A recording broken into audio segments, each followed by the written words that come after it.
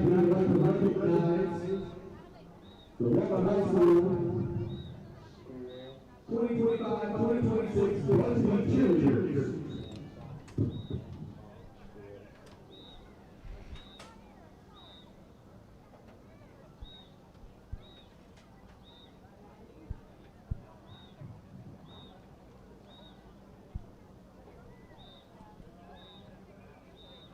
The cheerleaders are two-time UCA All-American captain Lily Leal, two-time UCA All-American co-captain Tegan Fontenot, two-time UCA All-American First Lieutenant Haley Fontenot, Second Lieutenant Taylor O'Neill,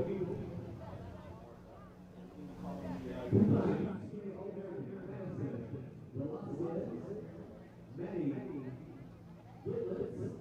Adriana Medina, Addison Grove, Skylar Henderson, Paige Hopper, two-time UCA All-American Riley Robbins, Sage Primrose, Nadia Boyd, Lindsay Stewart, Tori Houston, Miley Rivera, and the cheerleader of the week, Brooke Porter. UCA All-American mascot, Melvin Bulldog, Holly Creed, veteran Bruce Wood. Good evening, everyone. Welcome to Moorhead Stadium here in Conroe, Texas. We have a non-district football game on tap for you here tonight under the Friday night lights. Well, almost anyway. The sun on its way down kicked off the varsity football season for 2025. Last night we had College Park versus Cypress Park here last night. The local College Park team getting a 73-6 win to start off the season. But tonight we've got the Caney Creek Panthers, the home team here at Moorhead, against the Waller Bulldogs, visiting team from District 16 6A in Region 2, one of the two Cypress districts. Cypress has one district in Region 2 and another in Region 3. They've got both 16 and 17. And Waller has scheduled both Caney Creek and Grand Oaks from 13 6A rather to get their 2025 season campaign started. Here tonight on the broadcast, my name is Jeremy McGrail, and I'm joined by Wes Turner. Both of us have called games before for Conroe ISD, so back in the saddle for you again this year on the Conroe ISD Athletics YouTube channel. Wes, welcome on in for the 2025 season. How you doing tonight? I am ready for some football, even though that it is a non-district. It is still some football. It's still finally some of that good Texas high school football. And we got what could be a good game here tonight. Caney Creek, they're coming off of a good season by their standards last year. I believe they went 3-7, but they're trying to build on that success, and that starts today with their battle against Waller. Absolutely, and last year, Caney Creek actually went 2-8, so not far off there. Played Waller in their building last season, lost that game 41-7. So I think the mission for the Panthers tonight, they know they've got a quality opponent that they've scheduled here, Wes. So want to try to do a little bit better, obviously, than what happened last year on the road, to have a better showing at home. Waller ended up finishing the 2024 season with a 4-6 record. They ultimately didn't make the playoffs out of their district in 16 6A. They've got a really difficult one, containing teams like Bridgeland, Cy Ranch, Cy Springs, who was one of the big surprise teams in Class 6A a year ago. So Waller, they know they've got a really challenging district schedule, so it says something about 13 6A that they want to schedule two of our teams here to help get them ready for that gauntlet that they've got to run there in their district to try and make the playoffs. Waller actually follows up tonight's game next week, Wes, against Grand Oaks. Yeah, and if we're talking about playoffs, I think 13 6A, the district that we have here, it can be one of the most competitive districts, the most competitive districts for the playoffs, because you got so many teams that I think this year could realistically make it. I mean, pretty much, and I'm not saying this, don't commentator jinx me here, Woodlands and Willis, they're usually the two teams that get the lock. That third spot usually goes to Conroe. In my opinion, this year, I think we see Grand Oaks make the jump, and I think they take the third spot. Last year, Grand Oaks was only a couple games away from making their first playoffs in school history, and I think this year, building off of that success like Caney Creek hopes to do this season, I think they can actually jump Conroe and get into that third spot, but only time will tell. And then it's really that fourth spot. You got Oak Ridge. You got College Park. You have Conroe. You have Caney Creek even this year. I think that's going to be a really interesting situation later in the year, especially with some of these district games. Absolutely good points all around regarding the strength of 13-6A. And in these districts now, when you have 4 teams going to the playoffs, as you mentioned, Wes, the competition for the third and the fourth spots, there's typically 6 teams involved overall in the district in that chase for 4 playoff spots. So when you get down to those third and fourth place spots, it can come down to tie breaks, head-to-head results, and it has in our district when you've had just really key games that have been decided by less than a touchdown determine who gets in the playoffs and who stays home. You have a team like College Park getting in last year in 4th place and then beating Westfield in the first round, scoring a huge upset. And then Conroe High as well, doing a great job for their program getting into the playoffs. And then even recently in the district champion spot, we've seen Willis take it a couple of times, and even New Caney, when they first came up to this district, they took the district title over the Woodlands as well. So we've seen the variety at the top and great competition for the follow-on spots. So we are just over 10 minutes away from kickoff. Here in about 30 seconds, we're going to run some sponsor commercials to get us started tonight. And then we'll come back with the teams entering the field after that and the hype video for Caney Creek ahead of kickoff tonight. So Wes and I will be back with you here momentarily after all these run and we get closer to our kickoff tonight. Thank you for joining us on the Conroe ISD Athletics channel. Make sure you're subscribed to that channel and hit the like button for us tonight. We want to see if we can get over 100 on this game, if you can do that for us. We will see you in a bit.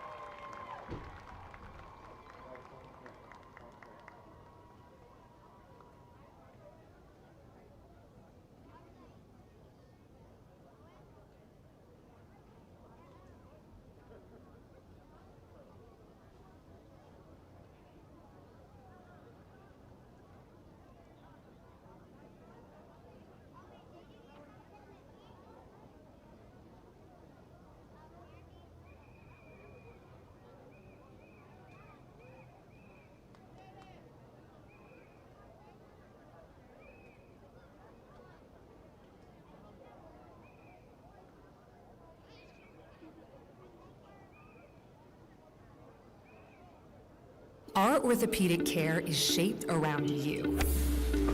And you. And you. Because customizing treatments and using breakthrough techniques is how your comeback starts. Like 3D printing for ultra-precise joint replacements and providing the same specialty care as we do for the Houston Rockets. So you return sooner, stronger, better. This is orthopedic care designed for you. Memorial Hermann, advancing health, personalizing care. Wood Forest National Bank, where convenience meets community. With over 30 branch locations in and around Montgomery County, we're always close by to help you with your banking needs. But we're more than just a bank. We're proud supporters of our local community, dedicated to making Montgomery County a better place to live and work. Experience the difference at Wood Forest National Bank.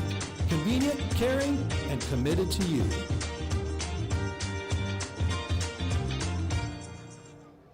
Imagine you are him or her. Like them, you have a lot to manage. Houston Methodist has a lot to offer.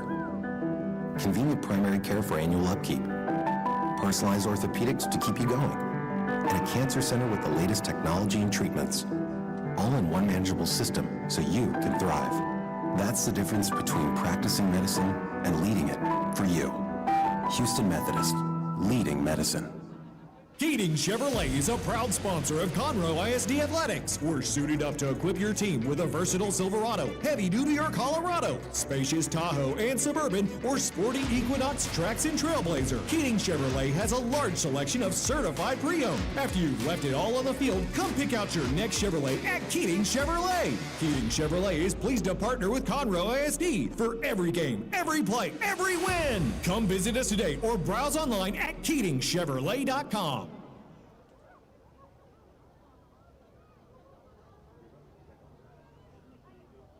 Here come the Bulldogs. And we've got teams running out onto the field. Waller coming in on the far side. Caney Creek ready to run out from under their float. Caney Creek walking out to a little Hells Bells AC/DC action. Shades of Trevor Hoffman back in the day coming on to close it out for the Padres there. That'll get you ready for game day. 2025 football season, here we go. We started it last night, but it's never quite official, Wes, until you get to the Friday night lights, and here we are, the sun setting on what's shaping up to be a beautiful evening here at Moorhead. And here come the Panthers in their red jerseys, gold pants, gold helmets, ready to rock. We will line up here momentarily for the national anthem before we find out who's going to take first possession here this evening. I just want to point something out, something very interesting that we've seen during pregame. Number 3, Jamonte Kuhn for the Panthers. He has not been in uniform. He looks like he is only in his shorts and a jersey, so it looks like he will not be playing, but that is one of the big-time players for the Panthers this year. So it'll be interesting to see if that's just precautionary for whenever they get into district, or if he's dealing with some sort of injury that we don't know about. Yep, we'll always never know quite what you're going to get in game one, so a chance for all the players to step out here tonight, show that they're ready to play some varsity football and help the team out. So that's what Caney Creek's going to look for here tonight, is just execution, trying to be as clean as they can be, though oftentimes in game one it can be a little bit sloppy, but you're just looking for guys that are ready to come out here and get some quality reps in. If you're Coach Heineman, looking for this team to try and do better than the 2-8 record a year ago. Good to get the 2 wins on the board, and they'll be aiming to take that even a step or 2 further this season and just show that improvement that I know they're trying to build in that program to get something going here in Panther land as they huddle down there in the end zone before we line up here and cut briefly for our national anthem. But just thrilled to have you all joining us here tonight on our YouTube channel, Conroe ISD Athletics, for another season. Encourage you all to follow all the action, both here from Moorhead Stadium and obviously down the road at the bank at Wood Forest as well. We will be back with you here after the national anthem. Line judge Joe Hetmaniak, back judge Clay Roach, side judge Clarence Harris, and field judge Tim Nelligan. On the game clock, David Thomas, play clock, Max Diamond, and the boxman, Chris Hetmaniak.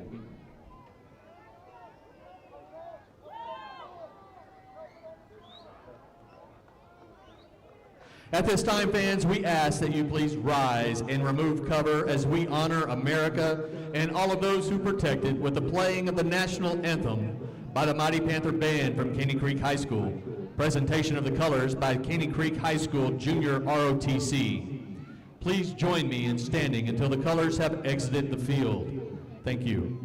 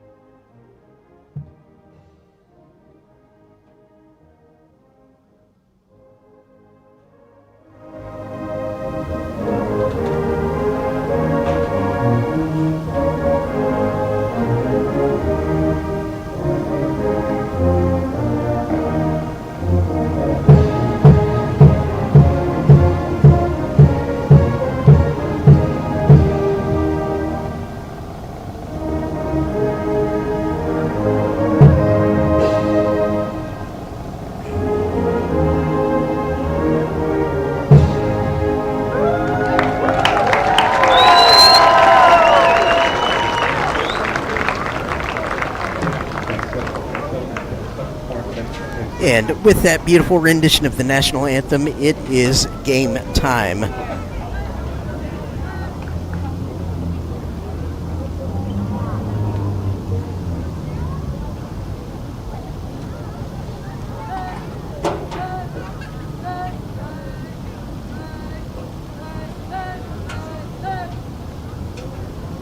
As we get started here tonight, officials will convene with captains at midfield. Figure out who is going to get first ball tonight. See where possession is going to start, either with Caney Creek or Waller here momentarily.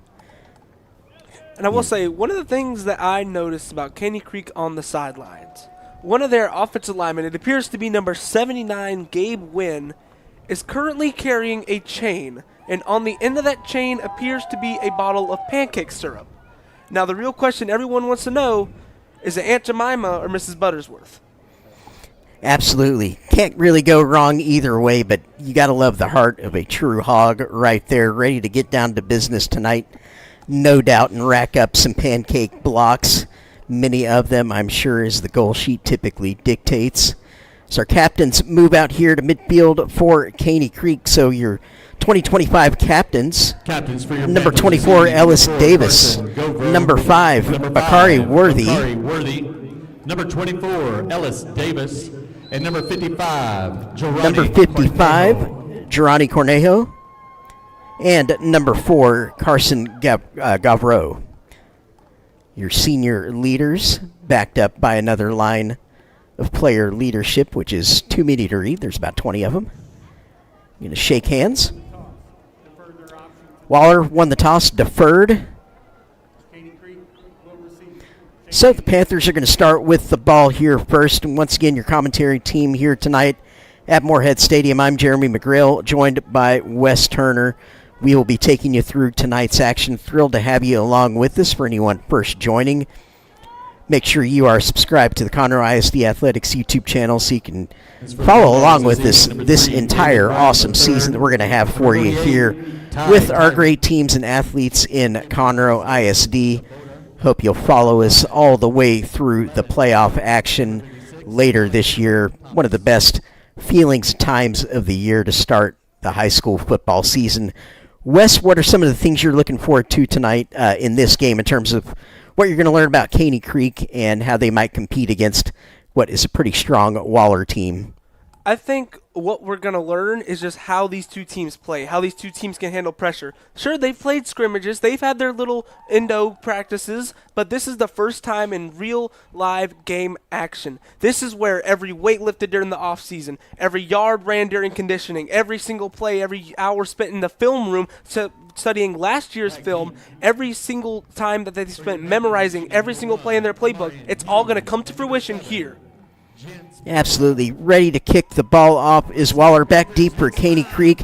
Number 1, Amarian Hughes, a sophomore, and number 7, Jance Boisel, a junior. Ball is out. It's going to be fielded cleanly. Good catch, but immediately hit by 2 Bulldog defenders. There is Amarian Hughes. West, pretty good kick coverage by Waller there, but possession secured for Caney Creek. They're going to be in business. Ball is going to be marked around that 17-yard line to start. Yeah, that was a really good hit there. You could see, actually, number 1 came off with his helmet halfway off of his head, so he got really good hit right there. Some really good hit power by this Waller defense, or this Waller kick coverage. Yeah, one way to be welcomed to the 2025 football season right there is to be immediately involved in a high-speed collision. As it is, here comes the Caney Creek offense, and at quarterback tonight be Caleb Marshall, number 10, a junior, leading the Panther troops out, and flanking him in the backfield is a sophomore, Aaron Williams, at running back. Going to be in a 4-receiver set, 2x2, 2 to each side of the formation. Going to flip the running back. Toss sweep. Ooh, tricky catch for the running back. Immediately snowed under in the backfield. Going to lose a chunk of yards there, so negative play to begin, Wes. Yeah, that's some good coverage there by the Waller defense. They saw the toss. They knew where the ball was going. You can see the running back tried to juke out a man at first, but it looked like he was able to grab his ankle, which allowed that blitz of Bulldogs, which is actually the term for a pack of Bulldogs, to converge on him. Nice. I am today years old when I learned that. When you mentioned that to me a few moments ago, that is a good one. We're going to be using that a lot tonight. Shotgun formation again here for Marshall. Motion across the formation. Call that a jet motion. Back to pass. Going to be flushed to the right. Escapes the early pressure. Just has to hold the ball, get what he can. Out to about the 15-yard line. Picks up some of the lost yardage back, but still slightly behind the original line of scrimmage. Going to bring up 3rd and 12 here early on. You can see number 3 there for Waller. David Brown really laying the wood there on the quarterback. You know, some of these defenders, they see a quarterback running. They know if the quarterback is throwing, they can't hit him. If they see him running towards them, they're going to really try to take that chance. Yep, 3-by-1 shotgun set here for Caney Creek on 3rd and long. Back to pass, Marshall. Under pressure, going to run it to the left, has some seam. He's going to pick up the first down and a little bit more. Great quarterback run by Marshall, leaking out around the left. Flag does come in at the very end. We will see what that does to the end result. Yeah, from our vantage point here, it looks like that could be in the area of holding there by one of the blocking receivers. Yeah, it looks like at the very end of the run, too. Pushing Marshall out of bounds. It's a great job by Marshall there, escaping the pressure. It came up the middle, and he only had one escape route, really, there to get out to that left-hand side where he had all that green space to run into. Yeah, and one of the things that I have seen so far is that Waller, they have been sending 5 men on almost every play, as we do get the confirmation that it was indeed a holding call. Yep, holding's going to back it up. Now it'll be about 3rd and 6 from the look of it. So still on 3rd down, 10:29 on our first quarter clock here just going tonight. We're going to stay in the 4-receiver formation. 3 receivers to one side, 1 to our near side here on the press box side. Now that 3-by-1 shotgun. We're going to do a shift, move 2 receivers over to the other side, declare the trips the other way now, really spreading the field to the field side. Marshall back with the ball, again under pressure, and has to think about pulling it down. Is going to be sacked. Nowhere to go that time. No escape route, Wes. It looks like that was number 28, I believe, Christian Suarez there on the sack. That was some really good, just straight coverage sack. You saw him trying to run with it, which is what we've seen on the past few plays. The defense knows that, so they were able to get to him quickly, which I think is also a testament to that 5-man blitz. Usually, offensive linemen, they're used to double teaming, but if you send 5 on 5, it gives you a better chance of getting to the quarterback. Yep, back deep to receive the punt for Waller. Number 12, Glowen Mobile. Mobile, rather. So Caney Creek punting from deep in their own territory here to start. See if we can get a good punt away.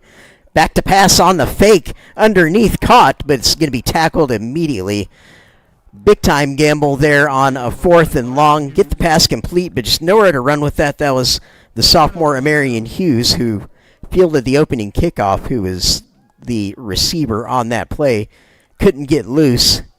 And I want to just point out something. That was not the punter back there. That was Caleb Marshall back there to take the snap. If that's probably one of the main reasons why I would say that Waller was able to sniff that out. Yep, so shotgun here for Waller now on the 15-yard line, deep in Caney Creek territory to start their first possession.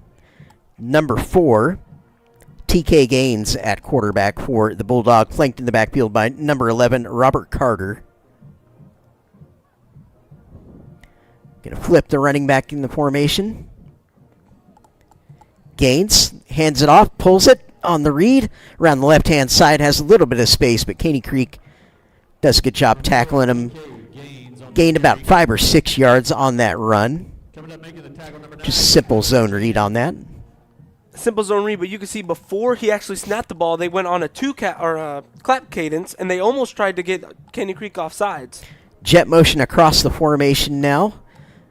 Is Gaines, again, the lead up the middle. This time he gives it to Carter.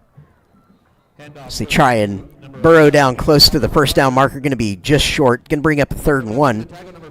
So West of your Caney Creek, here's a chance right here to make a big play on defense. 3rd down, under some early pressure. Let's see if we can set an early marker for the season right here and try and come up with a stop against what is a tough opponent here tonight. And I think this is where they start setting their blitzes. They run a 3-4, but they love to blitz. And it looks like they might be showing pressure here, but it's third down and short. We'll have to see what they do.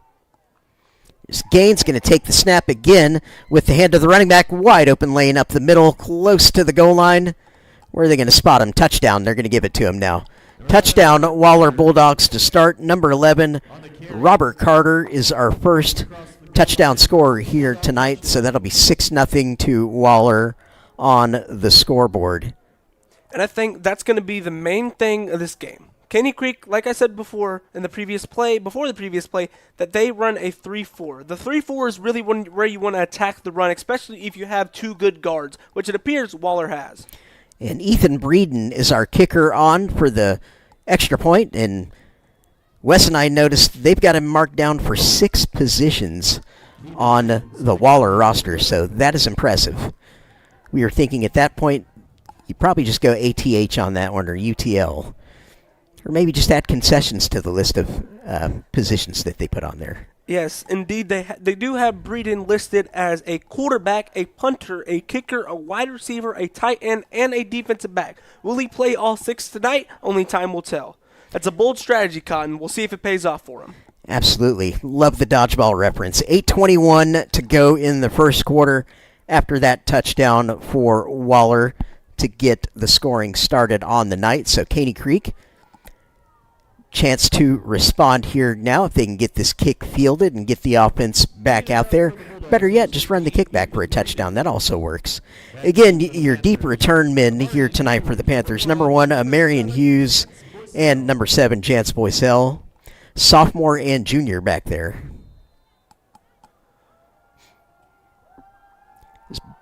Breeden is ready to send the kick away.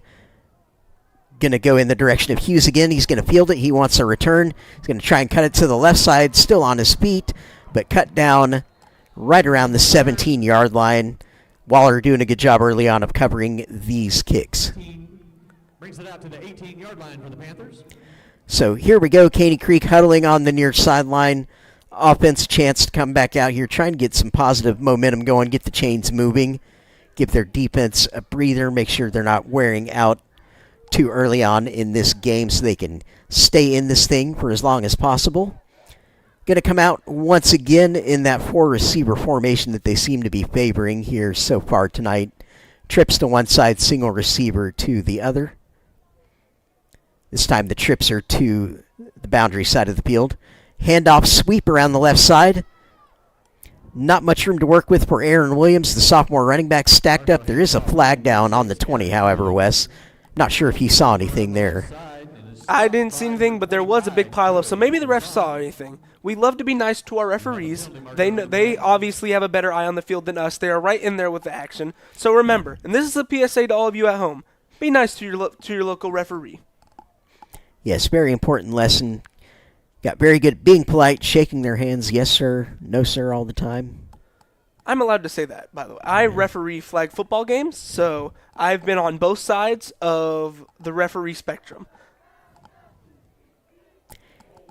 Valuable perspective to have, and it is going to back it up, unfortunately, against Caney Creek down to the 10-yard line. So Caney Creek in some negative yardage situations here to start tonight behind the chains and pinned deep into their own territory. Obviously not where you want to be as an offense, but got to make a play to flip the script and get out of this. So let's see if they can pop something here. Going to go to a 2x2 shotgun. A little bit of a tighter version of it here with the receivers tighter to the line. Jet motion across. Quick hitch route out to the right side. High percentage play call there, just trying to get something going, get some positive yards. They do pick up a few yards. Not a ton. Looked like number 18, J.J. Martinez, a junior receiver who caught that ball. They're going quick with the hurry up Yep. here. Yeah, they want to keep this thing going. Quick handoff sweep around the right side. Has space. He's going to hit the sideline. He's up to the 30. They're going to say he stepped out, though, however. Or did they blow it dead entirely? Yes, there is a flag down on the far side of the field, so it's not going to count at all, unfortunately. That was a great job there, Wes, by Williams. He found the sideline and was really going to be a good play. Yeah, if that play wasn't blown dead and if he actually broke that other tackle or didn't step out, it could have been a touchdown. Yeah, he might still be running because I thought for a second he'd successfully tight-roped there without stepping out. So nevertheless, 2nd and 13 to go on the down and distance. One of the things I'm interested to see on this drive is how the Caney Creek offensive line is going to react now, because now they know that they're going to start sending 5. I like the tempo change by Caney Creek, though. It seems to be working, so if they can stick with that, that might be something that helps get them going. Back to pass. They're looking for the deep post. Man open. He brings it down. He's going to go 40, 30, 20, 10, 5, and touchdown. Number 1 to Marion Hughes, sophomore receiver.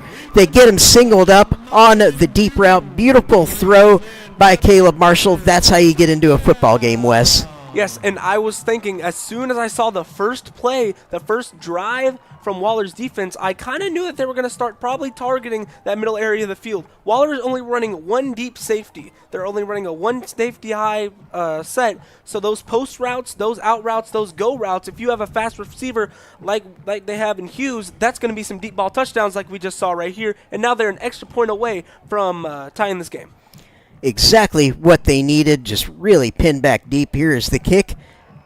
It is up and good, and we have a tie football game after that successful point after attempt by number 81, Juan Perez, junior kicker. Made no mistakes there, so 6:53 on our clock. We are tied at 7. We're going to get a replay there. That is just the perfect Beautiful post catch. route. Yes, the perfect post route pattern. A good catch, an amazing catch actually. He reached up to grab it out of the air and still maintained possession, broke the tackle, and still sped off to the end zone. Yeah, and as a former receiver, that's exactly how the coaches teach you to do it. You have to go up and get the ball. A lot of times you see receivers, they'll keep their hands low, hoping it kind of falls into their hands, and what that does is allow the DB to get their hands out and bat it away, whereas if the receiver goes higher with the hands, they actually have a much better chance at the catch, and that's exactly what Hughes did there. So for a sophomore who is likely playing in his first varsity game, maybe he was a freshman on varsity last year, I don't know, but either way, very impressive and did it exactly the way you are coached as a receiver. Don't wait on that ball to come down. Go and get the thing if you want it. And again, we were right before that play talking about the importance. It's like you've got to pop something when you're pinned as deep as Caney Creek was there. Again, behind the chains, too, on the down and distance. It was a long yardage situation behind the original line of scrimmage, and it's like the game is not going to get any better for you if you can't find a way out of that, and big plays are often how you do just that. So Caney Creek, welcome to the 2025 season in style after that TD. Let's see if the Panthers here after this kickoff can keep the momentum going.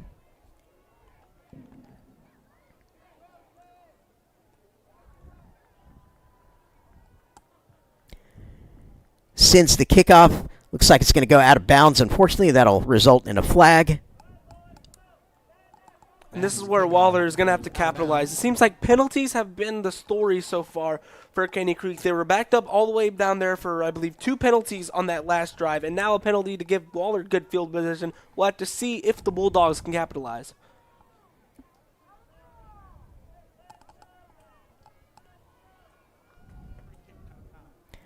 So now on this possession, the Caney Creek defense West has a much better field situation to work with, as opposed to starting in the shadow of their own end zone. Waller had it on the Caney Creek 15-yard line to start their first possession.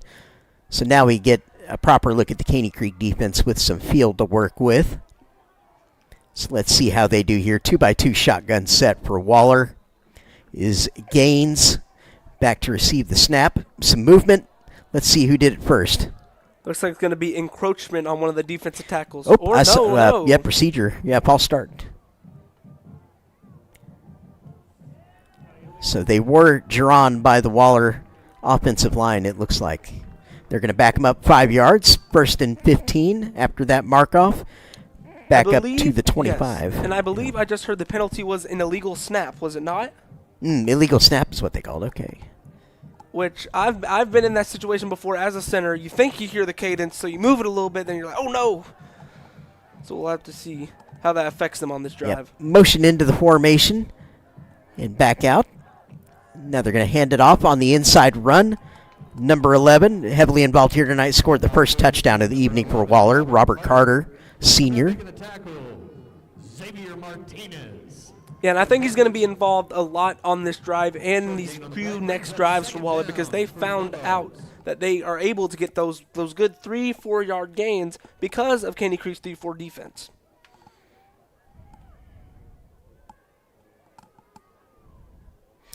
Three by one, empty backfield actually. 5 receiver set here for Waller. Gaines all by his lonesome in the shotgun on 2nd and 11. Gaines back to pass, heavy pressure, trying to set up a middle screen, but the pressure forced him to throw it inaccurately, so job done by the Caney Creek front getting the pressure there west to throw him off. It looks like they sent 6 there, which is probably an on-the-fly call. They saw nobody else was going to be able to stop them from getting to him. 6 versus 5, the numbers game usually wins, and it won right there. Yep, so here we go, 3rd and long, 3rd and 11, 6:07 on the first quarter clock. And as a defense, these are the situations where you really want to get off the field here when you've got them pinned back to 3rd and long. Let's see if the Panthers can do it. 2-by-2 shotgun for Gaines. Motion across, jet. Back to pass, roll to the left, now back to the right. Going to do a little razzle-dazzle, well covered by Caney Creek. And who is that corner coming up there for that hit? Excellent job. That is Ivan Trujillo there with a big, hard hit. Trujillo, that is how you play defense right there. Very good job to set up the 4th down and get the Caney Creek defense off the field. Outstanding job. Back deep to receive the punt for Caney Creek, Jance Boisel, the junior receiver. Also one of the 2 kick returners along with Hughes. 5:58 on the first quarter clock after that stop for the Panthers.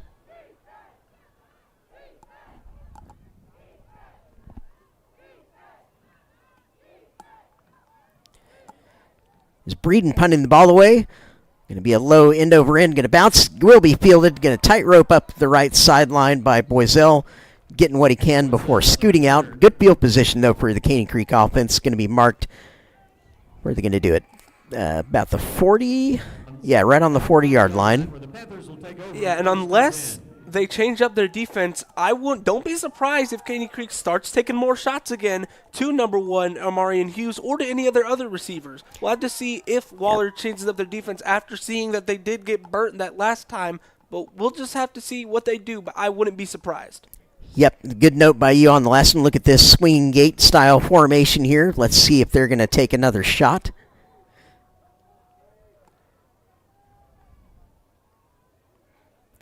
Just straight snap, going to roll to the left side. Looks like Marshall's just going to run this. Gets a positive gain out of it. A little gadget formation. Yeah, Caney Creek, we've talked about this before the game. Caney Creek, they love to experiment. Their coach, it's almost like an Andy Reid, you would say. He loves to experiment with all these different types of formations, the swinging gate like we just said. They love their play actions and, most importantly, their motions. Yep, bring up a 2nd and 5 here for Marshall. They're going to go to standard 3-by-1 shotgun here now.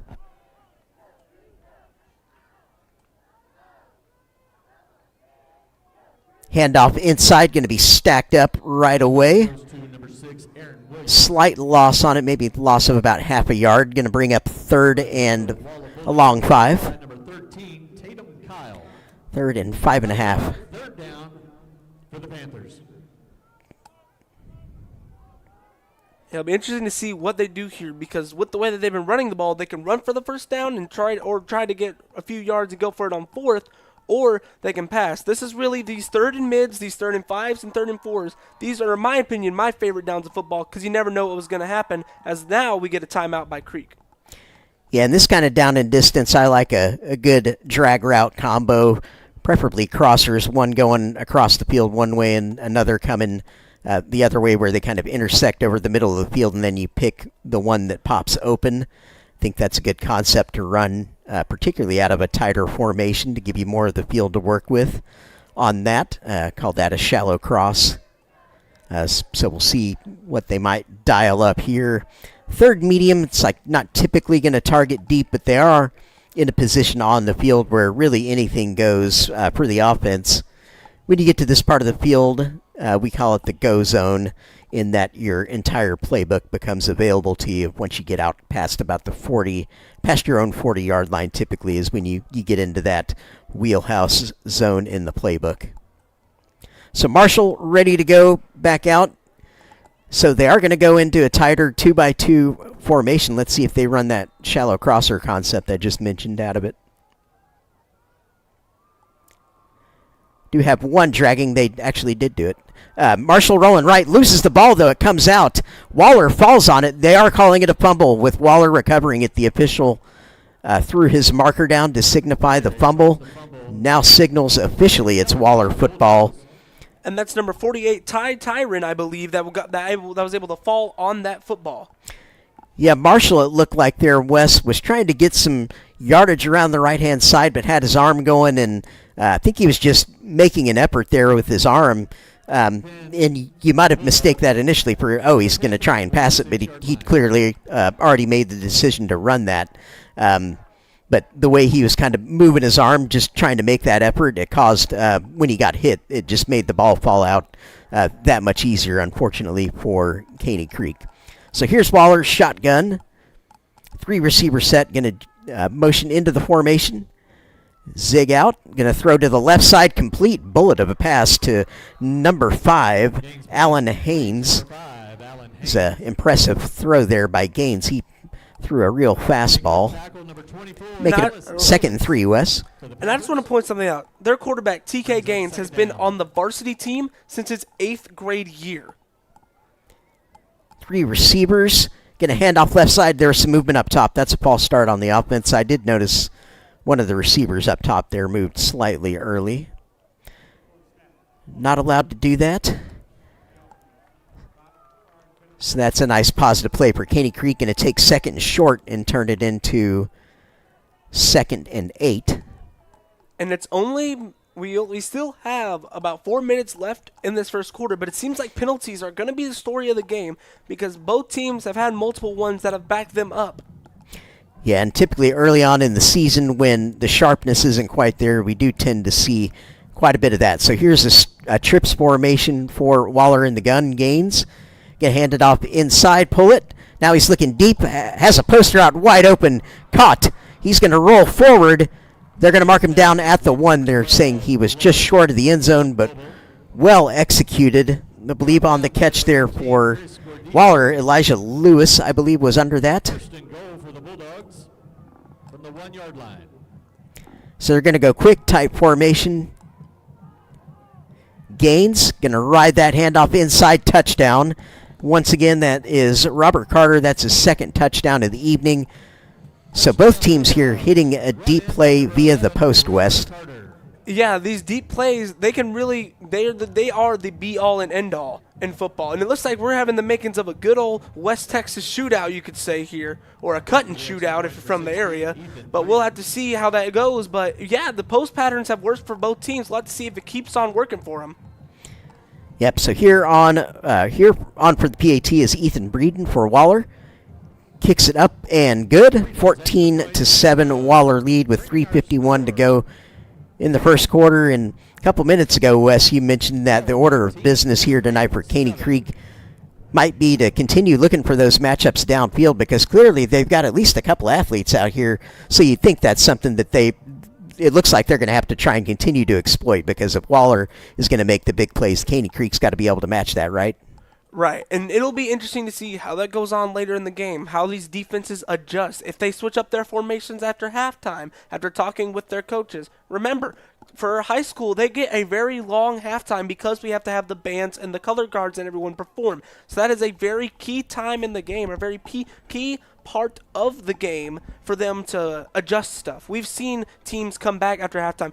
Caney Creek last year, they came back from, I believe, a 3-touchdown deficit against Conroe to almost make the comeback for the comeback and the upset after halftime. Yep, absolutely. Very important time to make any adjustments of things they see here in the early going. First game of the year is always the biggest unknown. It's like you really don't even know that much about yourself, let alone your opponent. So we will see how the game evolves as the kick is a little bit shorter this time. Running up the field, and it's on the turf. They've got to field it. They do.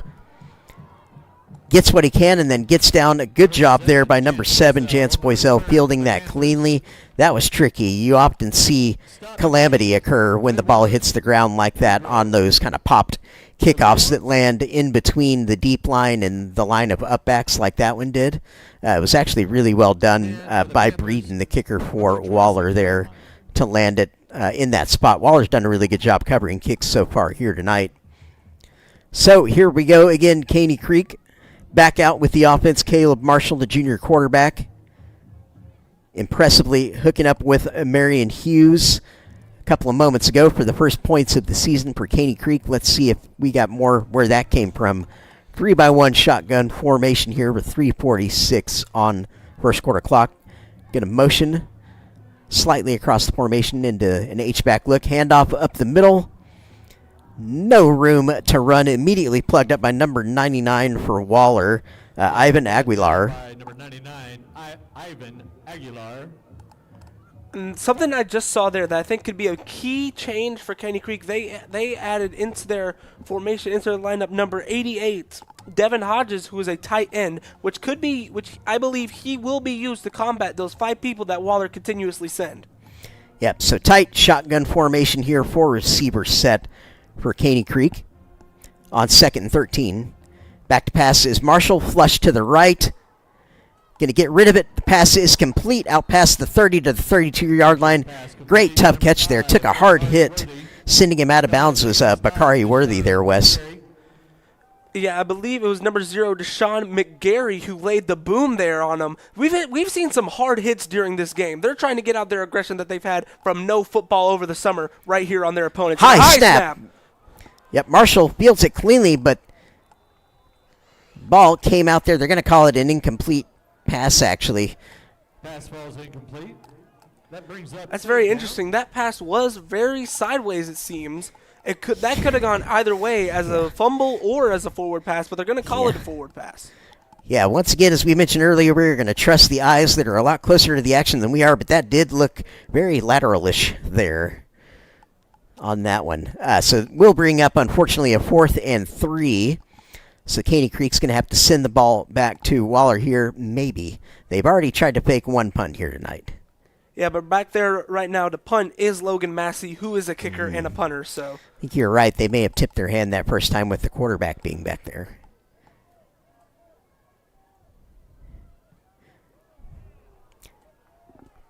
Good punt away. Very good punt. Takes a bouncing, gets out of bounds. That was actually excellently done. May need to cut away here for a second. Caney Creek player is down behind that play. So, of course, we will spend a moment here so he can get some attention as the sun sets here at Waller. Last night, West, in the game I called between College Park and Cy Park, there was a ton of cramping, particularly on the Cy Park side, because they just didn't have a very big roster. So as the game goes on here tonight, I think conditioning is going to play a big role in the second half as well, just with the kind of heat that we've had lately and the humidity that obviously you get this time of year. Plays a huge role in the early going of the season typically. And obviously, mission for any team at this time of year is come out here, get good reps in, and stay as healthy as they can, of course, out of these non-district games so that by the time we hit the really important games here in a couple of weeks, which for Caney Creek and everybody in this district, you only get 2 non-district games, Wes, and that is prime time. So not a whole lot of rehearsals.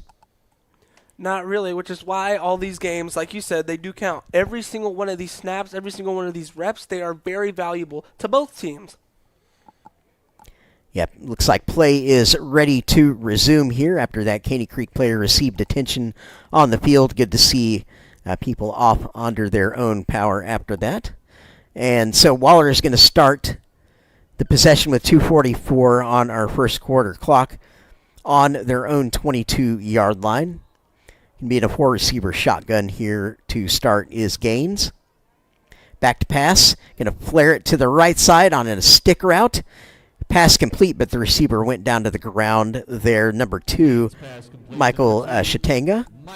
It's the second drive in a row that they've gone with those short out routes. It's going to bring up second down and short. We'll have to see if maybe that's what they found out works best for them. If they're going to keep on going towards those short outs, those hitches, even some screens maybe. Yep, 2x2 shotgun here, or pistol if you're being technical, on 2nd and 1. Now they're going to flip it to a shotgun. Motion across the formation. Gaines, back to pass, flag does come down. That may be a jump on the defense. We'll see which way it goes. Nope, false start. Going to go against Waller, so good for Caney Creek.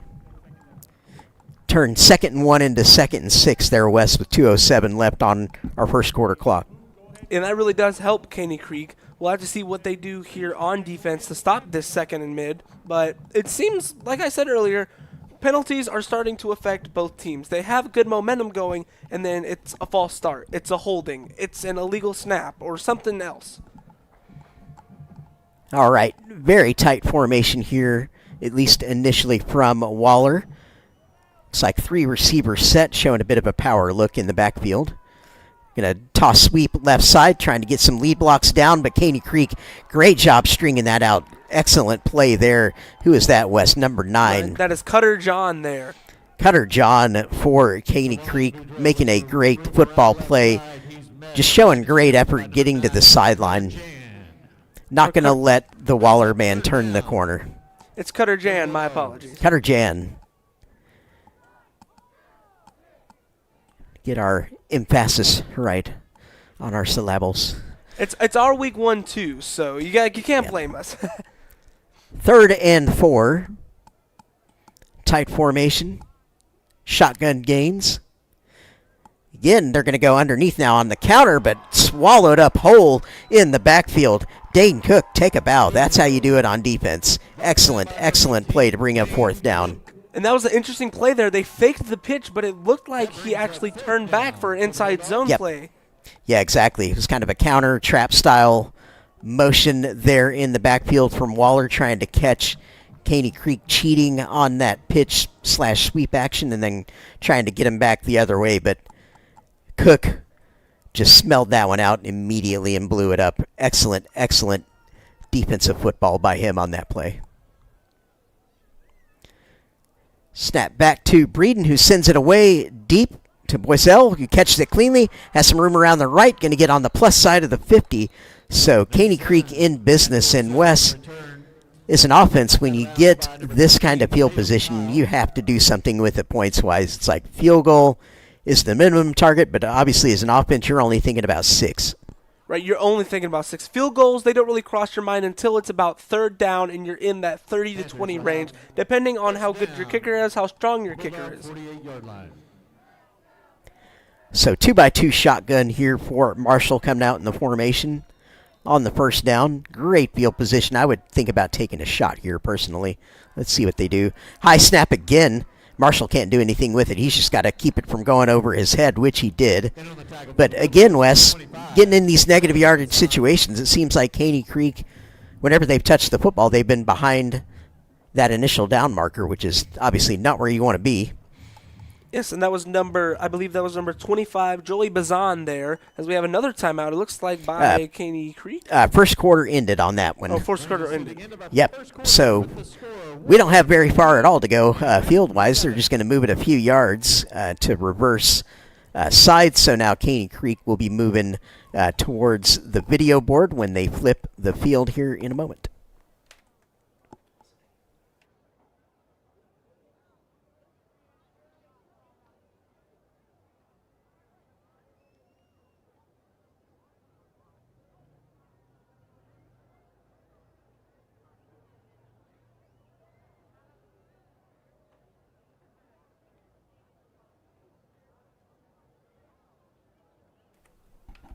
It'll be about 2nd down and 15 starting for the Panthers here, starting this 2nd quarter. Be Marshall in the backfield. Shotgun formation, 2 receivers to his right, 2 to his left. Looks like Waller once again showing pressure. We'll have to see what they do. So we're waiting for the officials to give us the go-ahead. As now they do. That is number 28, Jonathan Javier, back there in the backfield with him. As he'll take the snap, he'll look to pass. They are sending the blitz. He's going to throw it out, and it's going to be incomplete there. Looking for number 18, J.J. Martinez. Yeah, had a deep out route concept on there. Tough ball to throw and catch. Got it into the area, but just not able to connect on that. Would have set them up in great position for a 1st down had they managed to make the connection there. But third and long. It's third and long here. It's still 3rd and 15. We'll have to see if they try to take a shot for the first down or they try to get a little bit of yardage to help their punter and to pin him deep. Is now Marshall once again, same formation. Be Javier to his left. He'll take the snap. He'll look to throw, but the play will be blown dead. We'll have to see what happens. Looks like it was a timeout there on Caney Creek. Yep, timeout Caney Creek. I was looking around there, didn't see any laundry on the ground.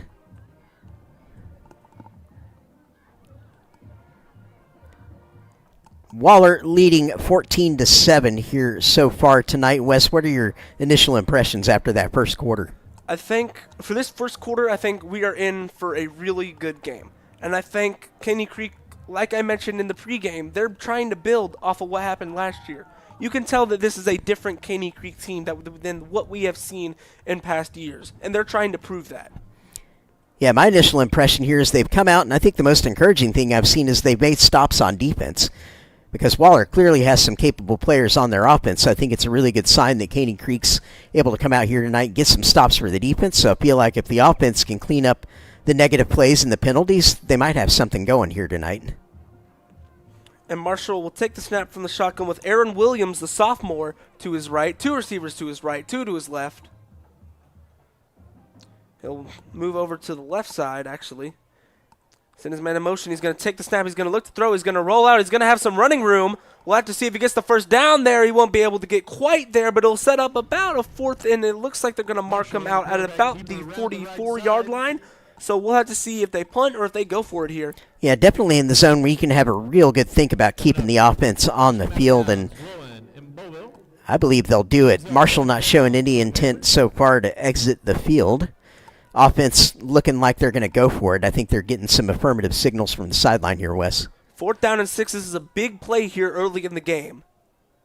He's going to line up in the same formation, and they're going to jump off sides. He's going to have a free play. He's going to take a shot down to the field, and he's going to – did he catch it? Oh, my goodness. Did he bring that down? And he caught it down by the 15-yard line. Number 1, Amarian Hughes.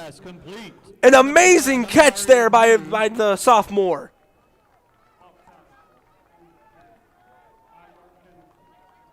And it is going to stick. The penalty was on Waller for jumping. Great hard count there by Caney Creek to get them to jump and then convert the big play. Players still looking for some confirmation from the officials as to what exactly they're saying happened on that play.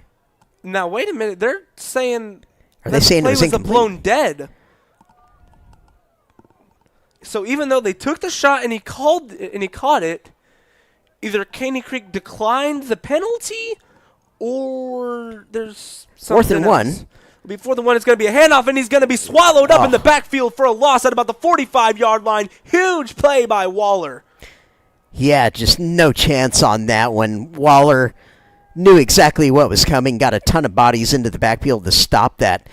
It looks like the ruling on that previous play, Wes, as best as I can tell it, is they ruled that the play should have been dead based on the encroachment, so they gave the 5 yards that made it the 4th and 1, but obviously the play that Caney Creek run just got absolutely blown up there, so the play didn't count basically after the encroachment penalty, unfortunately, but what an unbelievable catch Hughes made, despite the fact that it didn't count.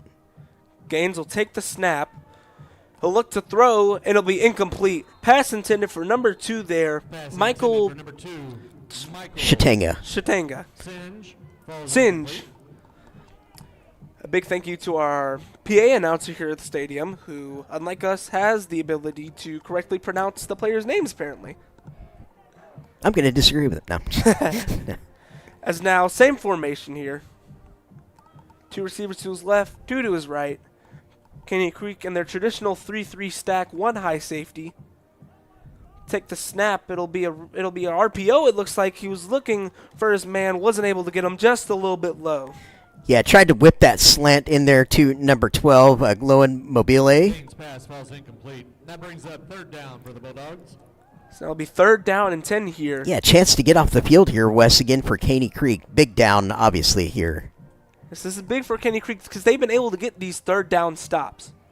Yeah, and these are the ones as a defense, it's like you really, really want to get. You never like to have people convert on you on these situations. Shotgun formation. Carter to his right. Take the snap. He's going to look to throw. He's going to look to throw over the middle. Can't find his man. He had him open. That pass was intended for number 14, Baylor C. Yeah, and Wes, what I'm seeing is it looks like Caney Creek is starting to kind of force some errant throws from the quarterback. He's getting rid of the ball before he needs to. He's got a little bit more time than I think he believes he does, and I think that's a credit to Caney Creek for landing some of the pressures that they're applying, making him a little bit nervous there and missing his receiver intended low and to the right, throwing ground balls, which Caney Creek will take that all night. And number 99, Owen Manchek was the main one there. As now the punt is away. It's a good spiraling punt. Beautiful. He's going to try to return it. He's going to go down the sideline, but he'll be knocked out of bounds by number 14, Baylor C., who was actually the intended receiver on that third down play.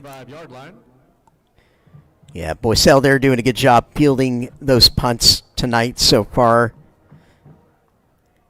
And Wes, here is where I think, Caney Creek, it's like you've got to put together a nice positive drive here. Again, cut the negative plays out, no penalties. Let's see what we can do, just making positive plays. Doesn't have to be a big play shot, but let's create some momentum here, move the chains at least a couple of times, and have some forward momentum on offense as opposed to moving backwards. So now it'll be Williams in the backfield with Marshall. Once again, two receivers to his right and two to his left. He'll be in the shotgun. He'll send his man in motion. He's going to look to throw. He's being pressured. Is he going to get sacked? Yes, he is. All the way down at their own 10-yard line. Once again, it's number 25, Joey Bazan on the sack.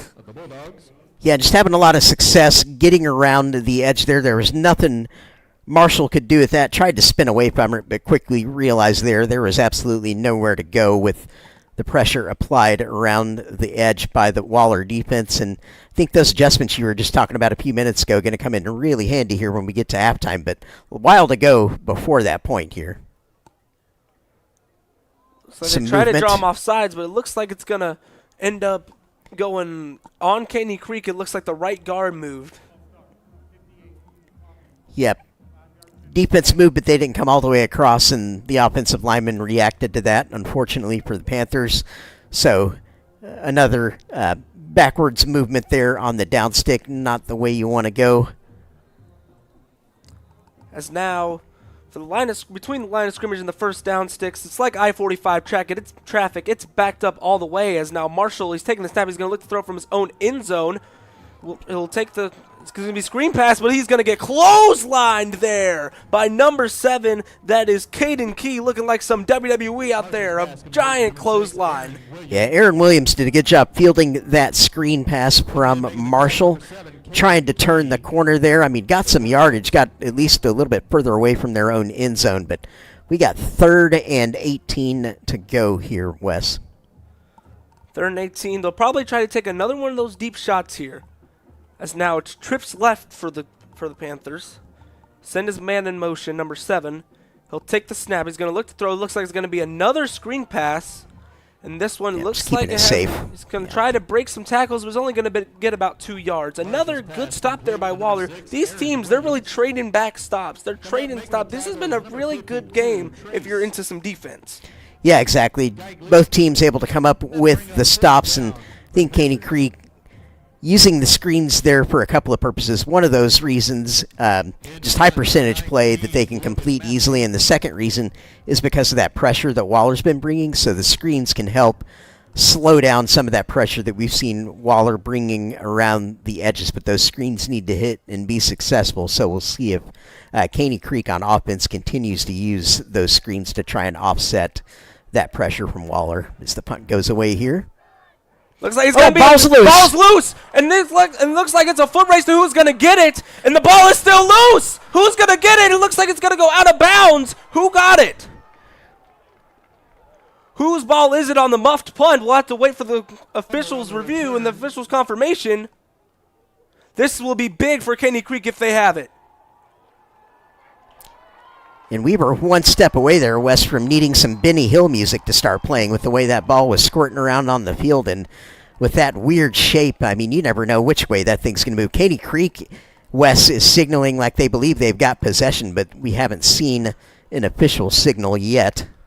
Both teams have their offense ready in the huddle, so we'll have to wait for the officials. I tell you what, that oblong-shaped ball does some weird things when it hits the turf out there. Okay, so it will be Waller's ball, but that was a huge opportunity there for Caney Creek.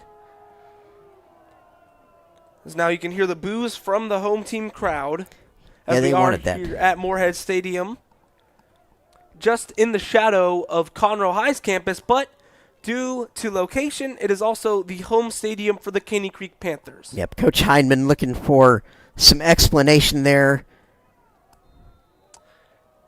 As now Gaines is in the pistol formation. It'll be a toss play to number 11. It looks like he's going to get some good blocks, and he's going to run for a first down.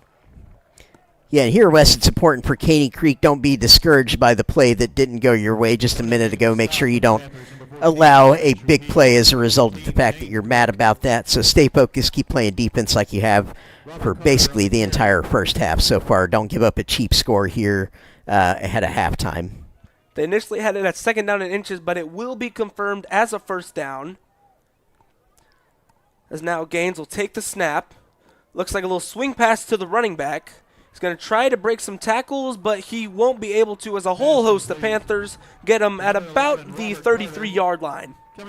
Yeah, there's about 4 Panthers in on that tackle at the end of that play there. Great job, Caney Creek, stringing that one out, not allowing that edge to get turned for a big play, bringing up 2nd and medium. And Caney Creek, they've done a really good job there being able to converge on the ball, swarm, if you will, as a Texans fan.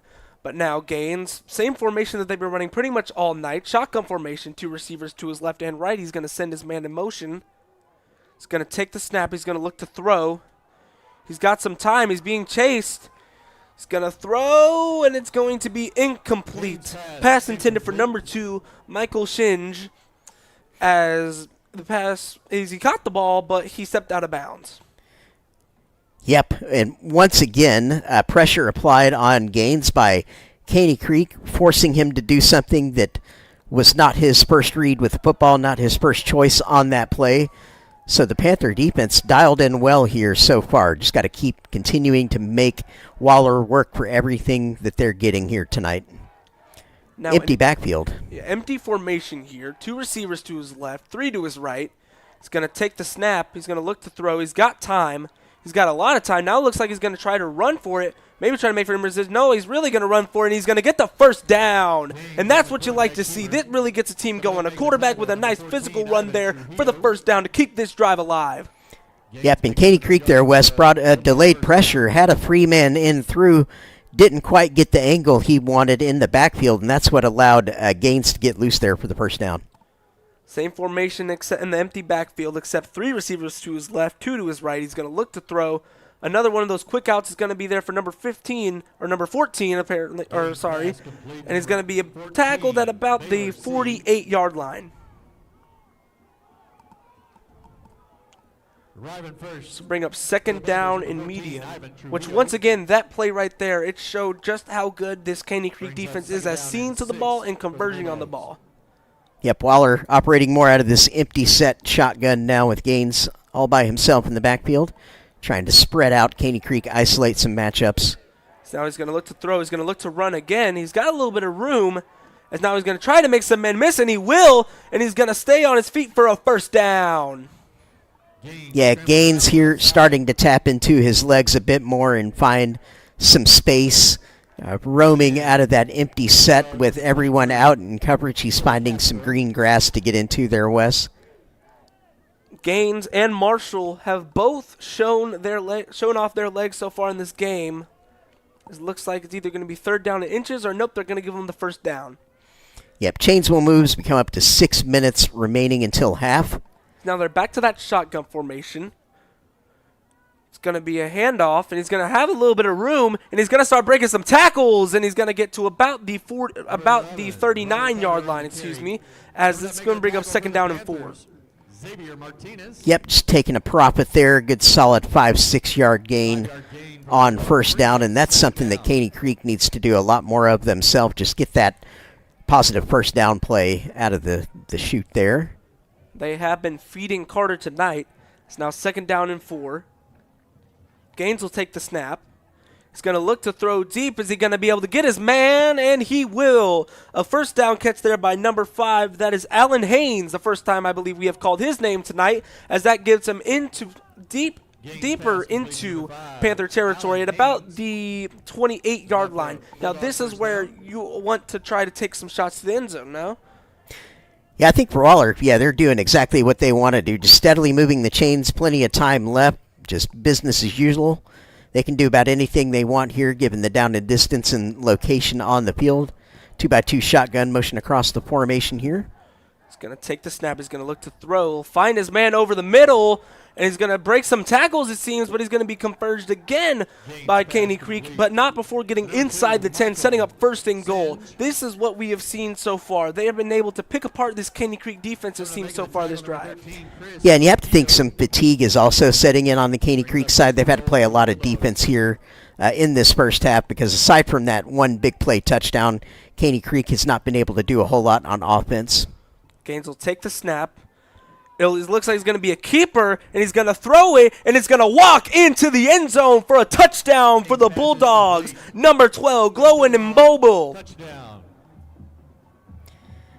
Yeah, number 76 there for Waller with an enormous pancake block. That was Elias Hall there, showing good sportsmanship, helping up his counterpart from Caney Creek. Yeah, the O-linemen, they don't get as much recognition as they should because, like you said, if that block doesn't happen, there's a good chance that he doesn't walk into the end zone and score that touchdown. So the kick is up, and it is good, and now the score with 4 minutes and 19 seconds left in the second quarter is Waller 21 and Caney Creek 7. Yes, Wes, plenty of time to go until half, so ample opportunity for Caney Creek in the offense to respond here if they can cleanly field the kick and successfully turn possession back over here to the Panthers. Give them a shot to reduce this back to a one-score game here, hopefully going into halftime.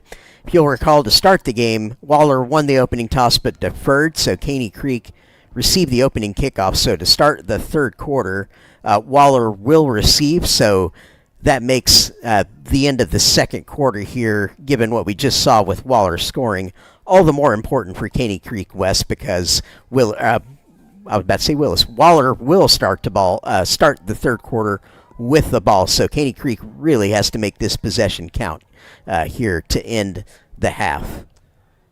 It'll be Hughes and Baselli back there to return the kick for Caney Creek. Both of them, they have fielded kicks so far in this game, but it's really been that Waller special teams coverage or kick coverage that they've had that has really been able to converge on them, and we'll have to see if that is indeed the case again here. Yeah, doing a great job of just playing their lanes, keeping it simple in their kick coverage.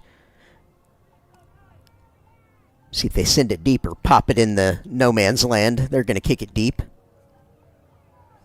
Now it will be Hughes to return it. He's going to try to look for some blocks. He's going to get some. He's got some running room. And he's going to get up to the 30-yard line. That could have been a big play there for Caney Creek as now they start their drive. And it appears the 30-yard line, and we've got a little bit of extracurricular activity there. That's going to tack on. I'm sure with fall coming up, they're just exchanging pumpkin spice recipes or something like that, or about a month from that whole blitz. But anyway, I'm sure that's all it was.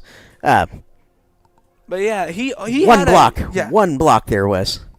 Yes, he did have. He was gone. Yeah. Let's see what the officials say. So it appears it will be going against Waller. But either way, that was a really good return there. It's like you said, one more block, one extra block, and he would have been gone.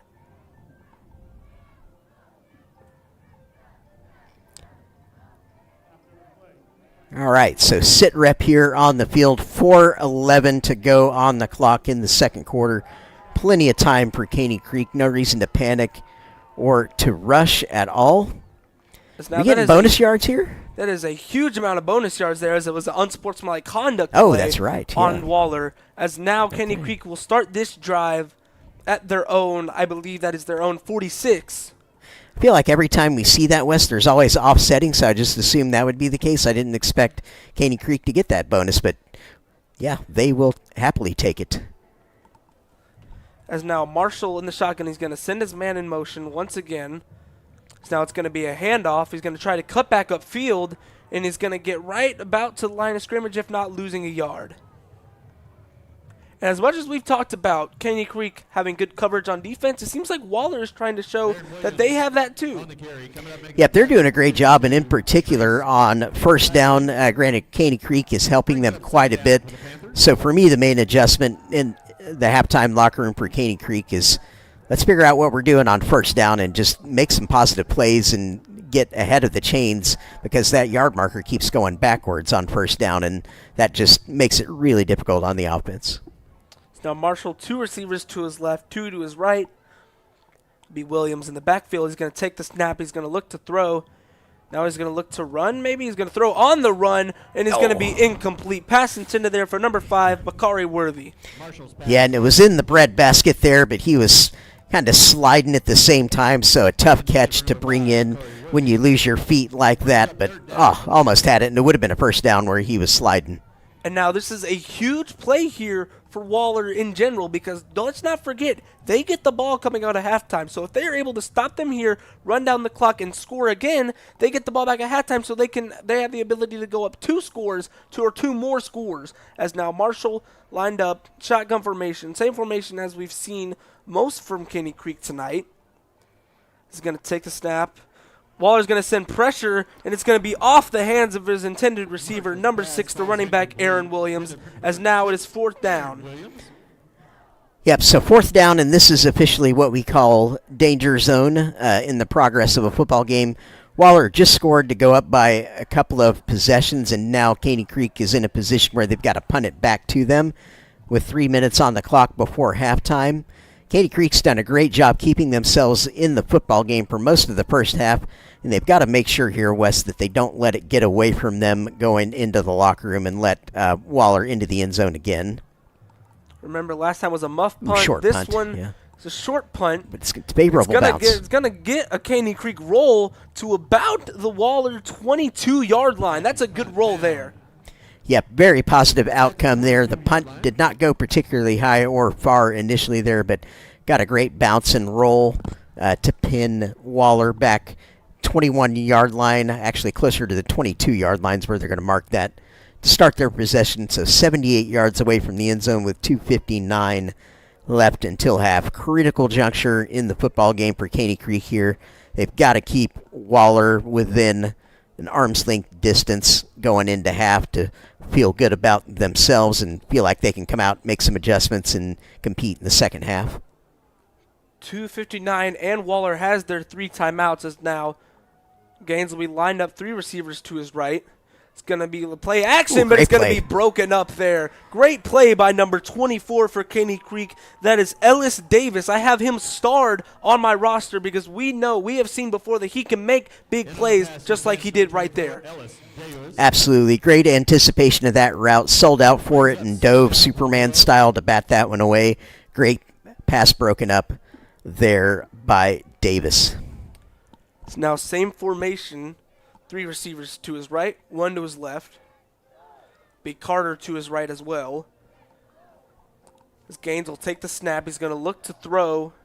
He's going to go on the run, and he's going to look to throw it deep, and it's going to be caught over midfield. A great play there by number 5. Once again, Allen Haynes. We called his name on the last drive to set up that touchdown, but that is a big strike over the middle of the field. Yeah, it's just like a little square in route there on a left roll from Gaines. Maybe not entirely how you draw it up. It was an adjustment by the receiver there and really smart recognition by Gaines. Now Gaines once again going to look to pass, but he's going to be sacked in the backfield. Number 0, Xavier Martinez, the senior linebacker, able to get him for Caney Creek. Yep, great job by Caney Creek getting the pressure home there via Martinez on that sack. And let's have a lot more where that came from, Wes. It was actually a combined sack between Martinez and Dane Cook, 2 people who have already called their name tonight. They're really trying to make their presence known here on Caney Creek Senior Night. As now Gaines Once again, 2 receivers to his left and his right. We're going to have a timeout. Or a 2-minute timeout. I didn't know that. Apparently, that is something new that has been added to the high school rulebook this year, that the games now get a 2-minute warning just like the pros, which actually works in Waller's favor because they still have their 3 timeouts left, so they can try to run down this clock. Yep, 3 timeouts, but they can get a stop here. I mean, be a great opportunity for their offense if they could get the ball back here right before half 2, because, again, very important that they keep themselves within striking distance of Waller here going into the locker room.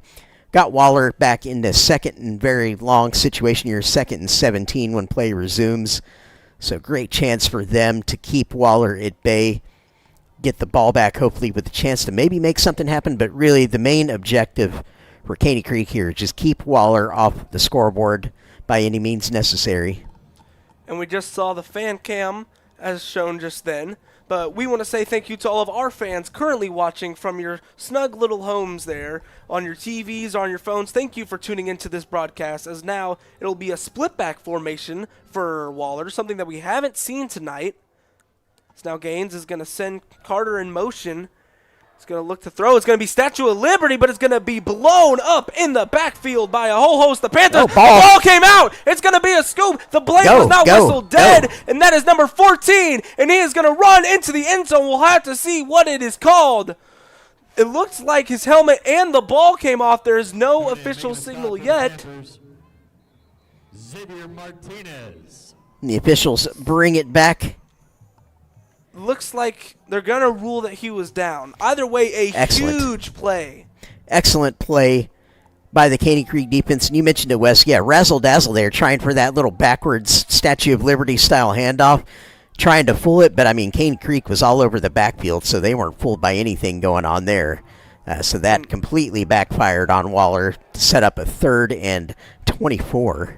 And that was a huge hit by Trujillo, where it seems wherever he may roam, he is getting in the backfield. He has been these linebackers for Caney Creek, they run this 3-3 stack defense, something that you don't usually see in the college or pro levels, but they seem to run it to perfection like they have during this game. Is that a Metallica drop you just hit us with? Possibly. I approve. All right, 3rd and 24, Wes. Here we go, long yardage. Let's see if Caney Creek can get themselves off the field here. Got to do it on 3rd and 24. That would be big, as it looks like they have 6 O-linemen in the game for Waller. 3 receivers to his right. That's either an extra O-lineman or a tight end. And Gaines has Carter to his left. He's going to take the low snap. He's going to look to throw. Now he's going to try to run, but he's going to be hit. That's going to be a fumble. And immediately, once again, number 0, Xavier Martinez lights up Gaines. And that is a huge play for Caney Creek. That was number 8 on the recovery, Elian Gayona. And the Caney Creek sideline there, Wes, going absolutely berserk. You love to see it. The sideline just into the game. They all went completely nuts on that hit and forced fumble. This drive is really where Caney Creek needs to seize this opportunity. That was a huge play, huge momentum shift. I wouldn't be surprised if right now we see Marshall take another deep shot to try to capitalize on that momentum. 2 back-to-back big plays, that would be incredible. As now Marshall, he's going to have 2 receivers to his left, 2 to his right. He's going to have his running back, Williams, to his left. He's in the shotgun formation. Waller showing a blitz, and they will send one. As now Marshall is going to tuck and run, and he's going to get the first down and step out of bounds at about the 31-yard line. Yep, clean play, no flags down, chains are moving.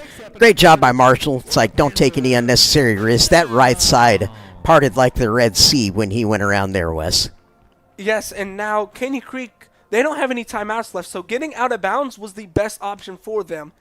Now it's trips right for Marshall, and it's going to be a free play. As now Marshall, he's going to try to throw it, and he's going to be caught. Got underneath it? Yeah, they're going to say it was caught. Marshall's pass is complete. We'll have to see if they rule that as encroachment or an offsides.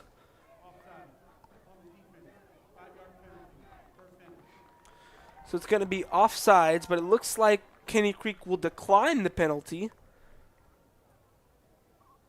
Unless... I think they want to keep the clock stopped here. Yeah. That could also... Yeah, that's also a good... That also plays into this decision. Keeping the clock stopped. So, yeah. That is going to be it, and it's still going to be first down. First down and 5 here for the Panthers. Yep, 1:25 to go until half.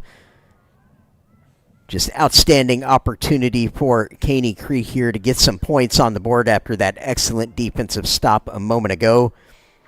We temporarily lose our screen, but there it goes, come back. Let's see what formation in play Caney Creek goes with now. Been using tight formation somewhat, and it looks like that's where we're going to go here, Wes, with the 2x2 gun tight. A 2x2 gun tight. He's going to have Williams to his right. Marshall's going to look to pass. He's going to look to throw out deep, Oh. and it's going to be incomplete. Yeah, just overthrown, and Waller, in fairness, had some defenders in the area. Typically, when you run that play, you're looking for that wheel route to just pop wide open. That was great coverage there by number 15 for Waller. That is Luke Wisnowski, as he was able to pick up that wheel route. Almost intercepted it, too. It looks like he did have a chance.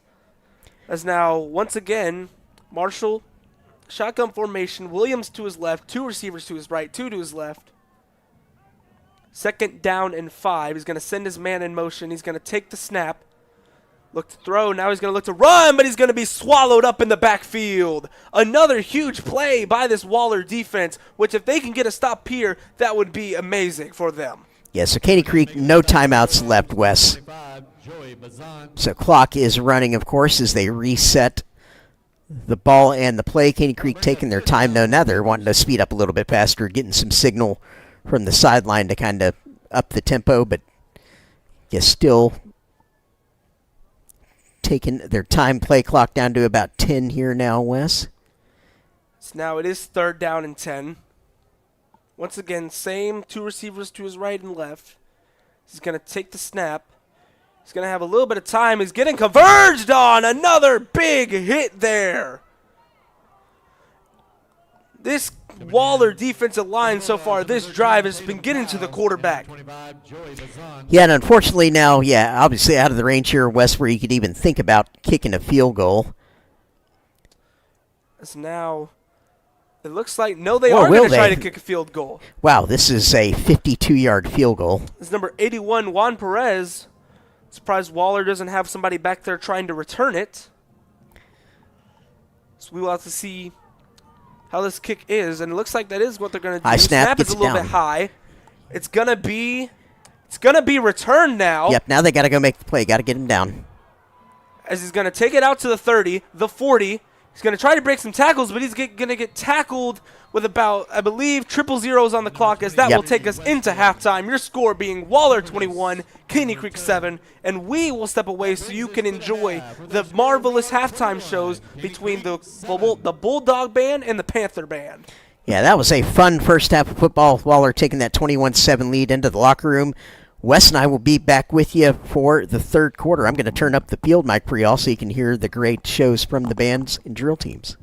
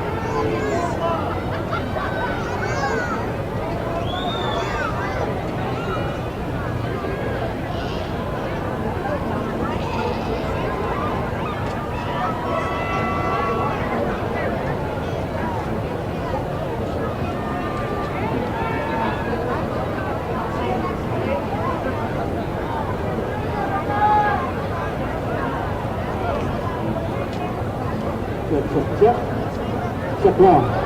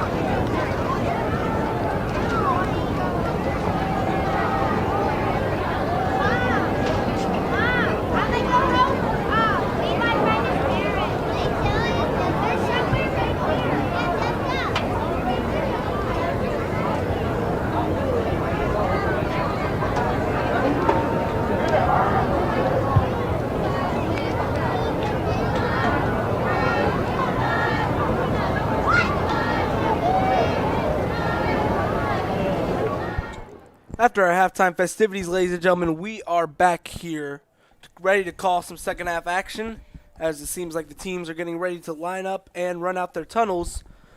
So the score right now is Waller 21, Caney Creek 7. Jeremy, what do the Panthers need to do to get back into this game? Well, firstly, since they'll be on defense first, have to get that first stop, get the ball back in the hands of your offense so you can pull this score back to a one-possession game. If possible, that's the ideal start for Caney Creek, either scoring a defensive touchdown, getting it back to the offense so they can go down and score themselves. Offensively for Caney Creek, the adjustments are, let's find a way to be more positive on first down in terms of the gains. I feel like pretty much every possession, or at least most possessions for Caney Creek in the first half, the ball went backwards on first down, either via penalty or just like a busted play, busted meaning Waller getting into the backfield and tackling them for a loss. So Caney Creek offensively, they have to find a way to get ahead of the chains on first down to give themselves a chance to move the first down stick, something we haven't really seen them, West, do much of tonight.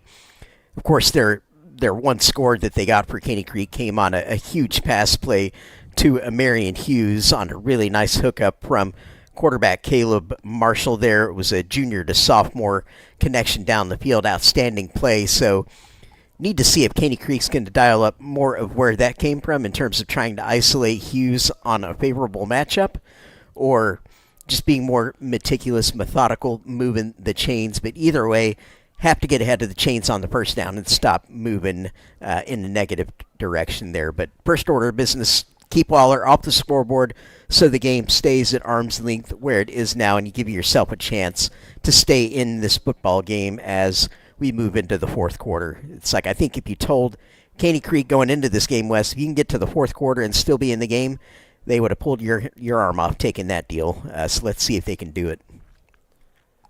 24 minutes still left to play in this ball game. Still plenty of time for Caney Creek to mount a comeback.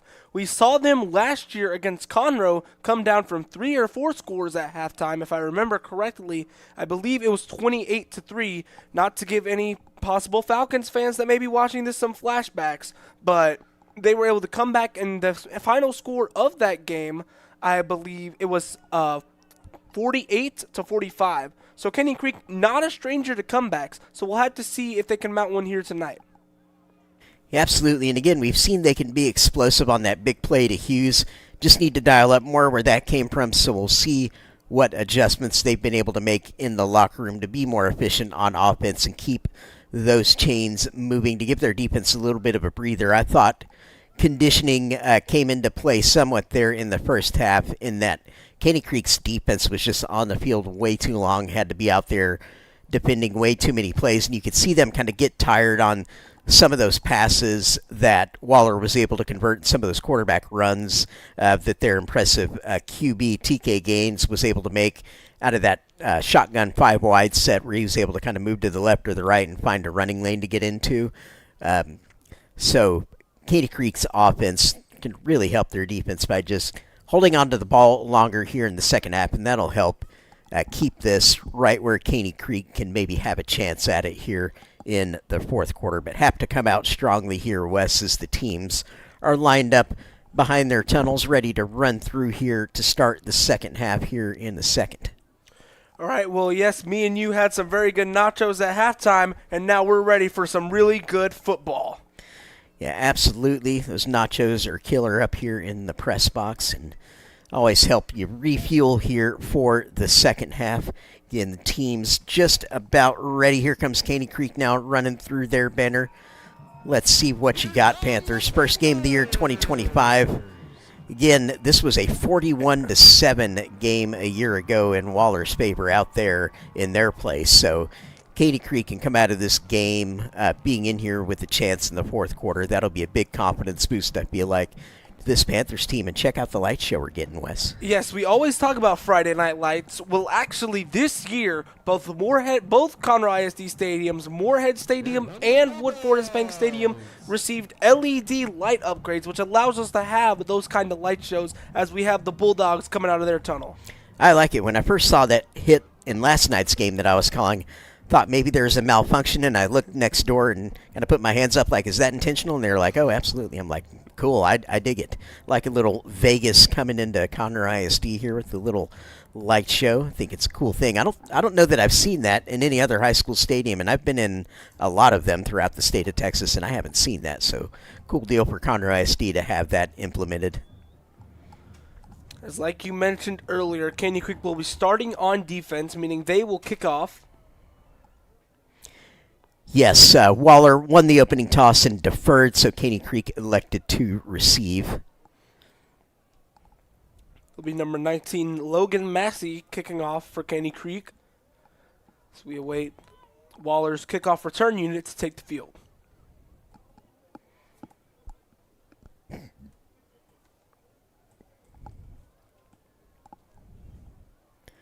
Yeah, and Wes, we mentioned to the audience in the first half there was a player on the Waller roster we noticed who had 6 positions listed.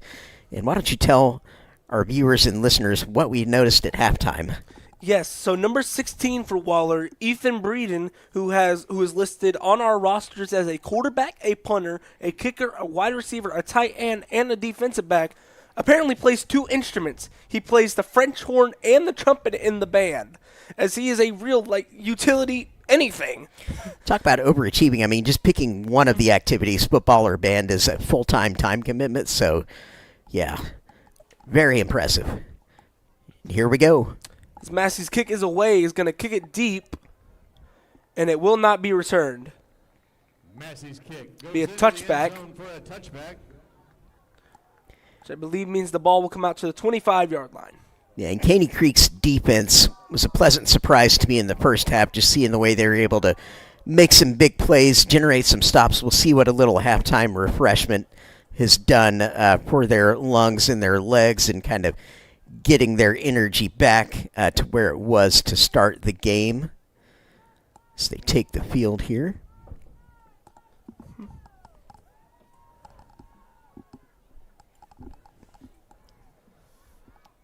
So now it'll be Gaines in the shotgun. He'll have a tight end and a wide receiver to his left, 2 receivers to his right. He'll have his running back Carter to his right. Send a wide receiver in motion. He'll take the snap. He's going to look to be a quick screen play to number 2 as he's going to run over a man and get the first down. Trucking straight through him is number 2, and that is Michael Shinge on the first down. Short catch, truck, and first down. 9-yard gain on the play will bring up second down. Correction, it'll be second down. Not enough for a first down. Now, once again, same formation but flipped. Caney Creek trying to get lined up correctly. He's going to send his man in motion. Another play action. Another quick pass. And it's going to get about 4 or 5 yards. And it's going to be enough for a first down. Yeah, and Cutter Jen made a really good play there, Wes, because there was some confusion pre-snap. The DB on our side, number 24, Ellis Davis, was trying to wave somebody over. They actually had 2 defensive backs against 3 receivers right there. So had Jen not been able to knife through there and make that play, there was going to be a lot of space to run because, again, they had a +1 advantage of receivers to defensive backs there as we have a timeout on the field. So Waller player can receive some attention. Looks like he's moving off the field on his own quickly. Always nice to see. So we'll just have a brief cut away here so he can get fully attended to over there on the Waller sideline. So First and 10 reset here, Wes. Yeah, that's interesting. It was the same play, just flipped to the other side of the field. Do you think that we can maybe see more of those quick outs, those quick screens later in the game since they know that now they can work? Yeah, and they're a great way to offset rush and some of the pressure that Caney Creek has been successful at generating here tonight. Shotgun 3 wide here for Waller, going to roll to the right. Waller's going to roll to the right. He's going to look to throw on the run. He's going to find his man for the first down. That was a 4-seam fastball right there. Yes, it was, and that 4-seam fastball was caught by number 2, Michael Shinge. Not the first time that we've called his name tonight. He seems to be one of these big impact players so far in this game. Ball being spotted at the 45-yard line. Yep, and had to catch that going to ground as well. So impressive job by the receiver there to be able to keep possession of that while going to ground and catching about a 100-mile-an-hour fastball. There's Gaines in the backfield. they're keeping this tight end out here. That's number 34 on the roster, Alan Vasquez. They've been keeping him in, and this is going to be a timeout.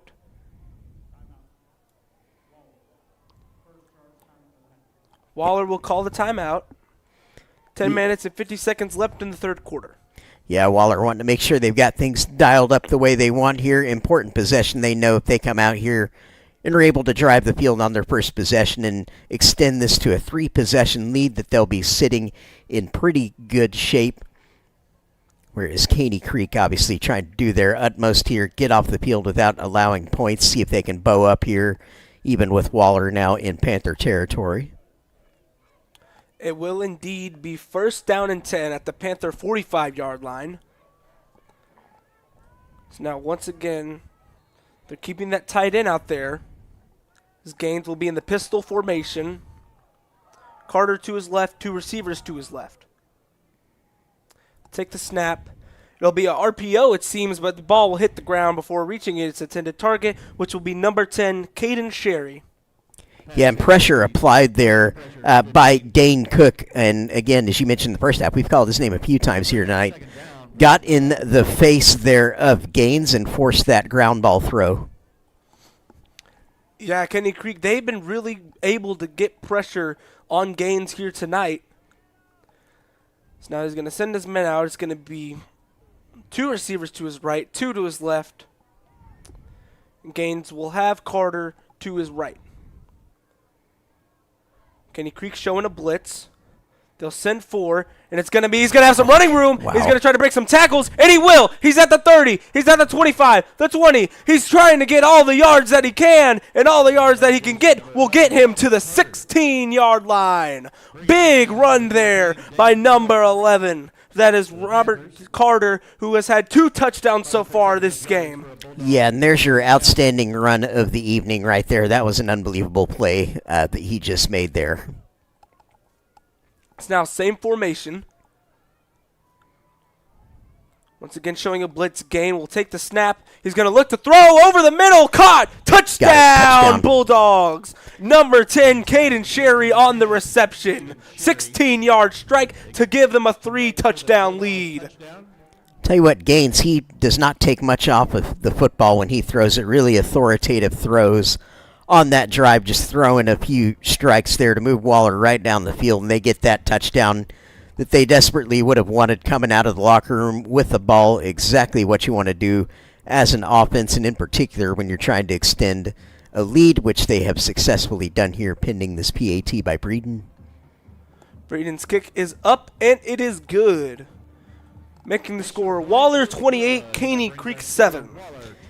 Yes, now, Wes, the game for Caney Creek is let's respond. It's like let's not just sit here and take it in the second half. Let's come up with a response and use the things that they talked about in the locker room to make some adjustments and come out here and get something positive going. Stay in this football game. Again, if you come out here and score, Wes, only a 2-possession game, so this is not done.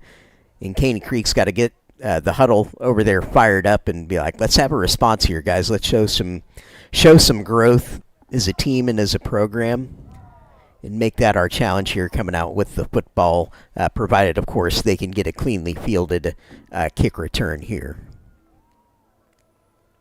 This is now, looks like it's going to be a switch in returners for Caney Creek, as now they're going to send 3 men back there, it would appear. Correction, 2 men, and that will be number 6, the running back, Aaron Williams, and Peyton Beckett. Yeah, I believe it's the first we've seen from Beckett tonight. Definitely in the return game. I don't know that he's touched the ball yet on offense either. Sophomore Peyton Beckett. So young returners for Caney Creek here tonight, all underclassmen.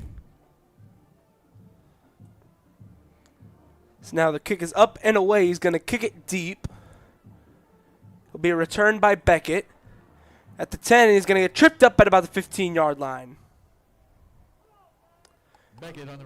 So it'll be about 85 yards for Caney Creek to go to tie this ball, or to get this ball game to a 2-touchdown lead or deficit. Yep, and this is about how Caney Creek started the game, West field position-wise, just pinned deep into their own territory. Managed to make that huge pass play to Marion Hughes when they were backed up, kind of similar to this. So let's see if they can make something similar happen in a similar spot on the field. And it looks like we've got Caleb Marshall coming back out at QB here for Caney Creek to start the second half. Now he's going to be lined up. Looks like he's going to, for the first time for either team, he's going to be lined up under center. Single back. He's going to send his man in motion. It's going to be a toss play to the running back. He's going to have a little bit of running room. Got He's at space. the 20. He's going to be tackled, but not before he gets the first down at about the 26-yard line. Yeah, and that's exactly what we're talking about there, Wes. First down, they get a positive play, move the chains in one go there, but that's what you're looking for. It's like, let's find our highest percentage plays and just make some positive yards, and they do it there. So that's exactly what you wanted to see coming out of in the second half here on the offensive side. Looks like Marion Hughes just subbed back into the football game at receiver. Eyes on number 1 at the top. Marshall once again going under center. It's going to be, looks like a run up the middle, but he's going to be stopped for about a loss of a yard. Yep, looked like had a bit of an odd mesh there with his running back. They were kind of perfectly square to each other, where typically you want kind of somebody to be more to the side, but they both kind of did the old mashup move there where they went chest to chest. Not exactly how you want to do it, but thankfully the ball did not hit the turf. No, it did not. Now he's going to send his man in motion. It's going to be a handoff. He's got some blockers out front, but he'll only get a couple of yards. Yeah, it looked like a nice sweep action they had set up initially there, Wes. Couldn't quite break it, but they do pick up positive yards, which does put them with a chance now to convert here on a 3rd and 6. Whereas earlier in the game in the first half, they were often like a 3rd and 15 or so, where it's much less realistic. Very wide formation here. Marshall in the shotgun, 2 receivers to his left and his right. Looks like they're going to try to draw him off sides with the clap. Not going to work. He's got his running back to his right as well. I feel like when they clap, Wes, something should happen with the lights. I think that would be against the rules. Nah. I always enjoy watching the Gruden QB camp episodes when he takes these college quarterbacks that come into his show, and he's like, you got to stop with the clapping. We do cadence in the NFL, and it's funny watching him teach those guys how to stop the clapping and learn how to do a verbal cadence. Fiber Internet and Sam Houston State University. Yep, so we have 8:24 on our third quarter clock here. Waller taking a 28-7 lead, of course, after converting their first drive of the second half for a touchdown. So Caney Creek now in the position of needing a response to keep themselves in this football game with a shot. Shotgun 4-wide 2x2 set here for Caleb Marshall, the junior QB, going to motion into the formation. Looks like some confusion in the execution of that play. I don't believe that's how things were drawn up in terms of how that materialized. Marshall saw it right away and was just like, I've got to throw the ball away. Smart, but unfortunately it brings up a 4th down. But preservation of the football outweighs everything else in a situation like that. It's just a busted play. So Caney Creek's going to have to punt it away.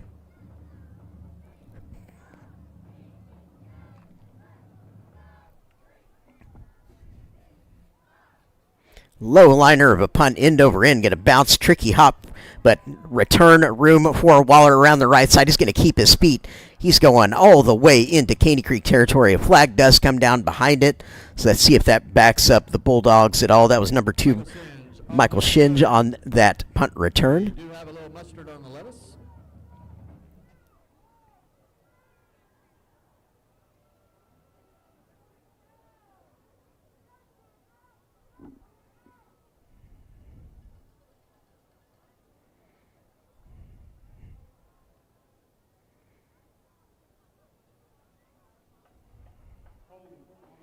And that will be a hold against Waller, so some of that yardage will go back there. Big for Caney Creek, obviously, to get that mark off. Going to take Waller right to the 50. Still in great field position for the Bulldogs, but not nearly as good as it would have been with that return. Low liner of a kick, so there was a ton of room because it got back to Shinge, the return man, very quickly, so he was able to do a lot with that. Did a good job fielding that. He made it look easier than it was. Once again, Panther defense called into action. Still looking motivated out there on the field as they await the Waller Bulldog offense to come back out. And that's what you want to see here in the first game. You want to see who the effort guys are, who's still playing deep into the game. That's who you know you can ride with throughout the course of the season based on watching the game back on film, seeing who's making that effort as the game gets later and later. Motion across the formation now for Waller. Back to pass, flings it out to the left, complete on the hitch route, and he's got room. Shinge up the left sideline, right about to the 20. And that's exactly where it's going to be marked out. So Gaines continuing to make confident throws here in the second half to start this third quarter.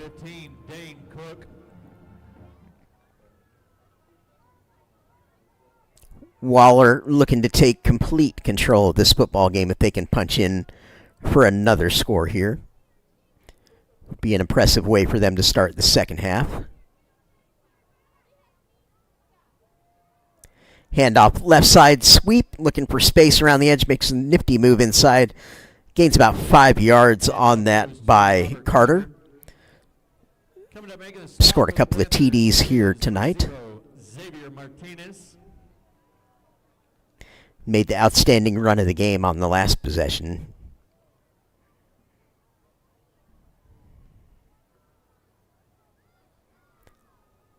Second and 5. Be a trips shotgun formation in the gun here for Gaines. Gonna get it. Looking for a fade route. Has a man over there. Does he catch it inbounds? No, they're going to say he's out of bounds. Gaines pass falls incomplete. Receiver got into a position there where there was really no real estate for the quarterback to drop that throw in, really, other than throwing it up for grabs, which obviously you don't want to do there. He's not wanting to turn the ball over, and he would have had to have left that ball in bounds.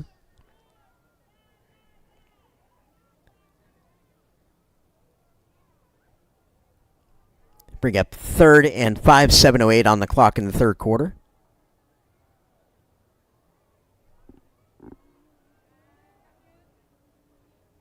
Roll to the right. Has a man in the middle. Touchdown, Waller. Accurate throw. Pass complete to number 12, Gloin Mobile with the catch. They connect for the Bulldog touchdown. Bringing the score to Waller, 34, Caney Creek 7. So Waller taking complete control here in the third quarter so far with 2 drives and 2 touchdowns.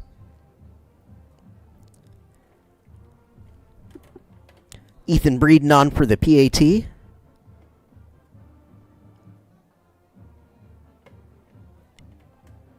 And he'll be a perfect 5 for 5 on the evening, taking the score to Waller 35, Caney Creek 7.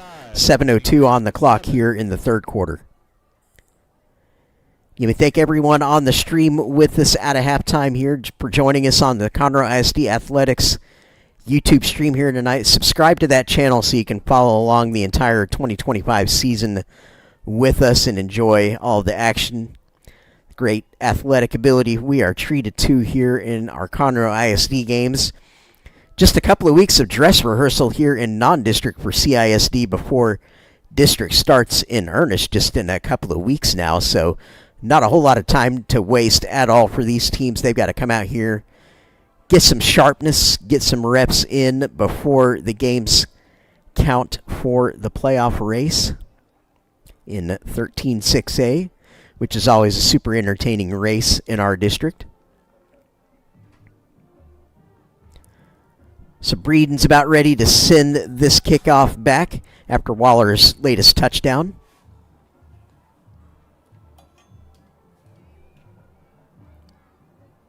Apologize for the slight difficulties there, folks, as now Breeden's kick is away. And it'll be fair caught at about the 10-yard line. Aaron Williams with the fair catch. Is now Caney Creek in a deeper hole here. They feel like if this drive is the drive that they need to score on. Yep, again, just trying to make positive things happen here when they come out and get some first downs strung together and at least keep the ball for a little bit if they can. Get some points on the end of it. Waller has come out here in the third quarter and impressively taken immediate and total control of this football game now, so it's up to Caney Creek to try and dent that a little bit. And not going to get it all back at once here, Wes, but they can just start swinging the axe here and chipping away at what they can. Yeah, this is now will be Marshall. Have to see if they keep going under center, if they go with the shotgun formation, and they will go with the shotgun formation. 3 receivers to his left, 1 to his right. He's going to motion out his running back. He's going to look to pass, another swing pass out to the running back. Some Bulldogs there, and they're going to get him out of bounds at about the 20 or about the 27-yard line is where they're going to mark. Correction, the 28 is where they're going to mark him. Yeah, about a 3-yard gain there on that swing pass out to the right side. They're going to reset quickly here, Wes. Want to go fast?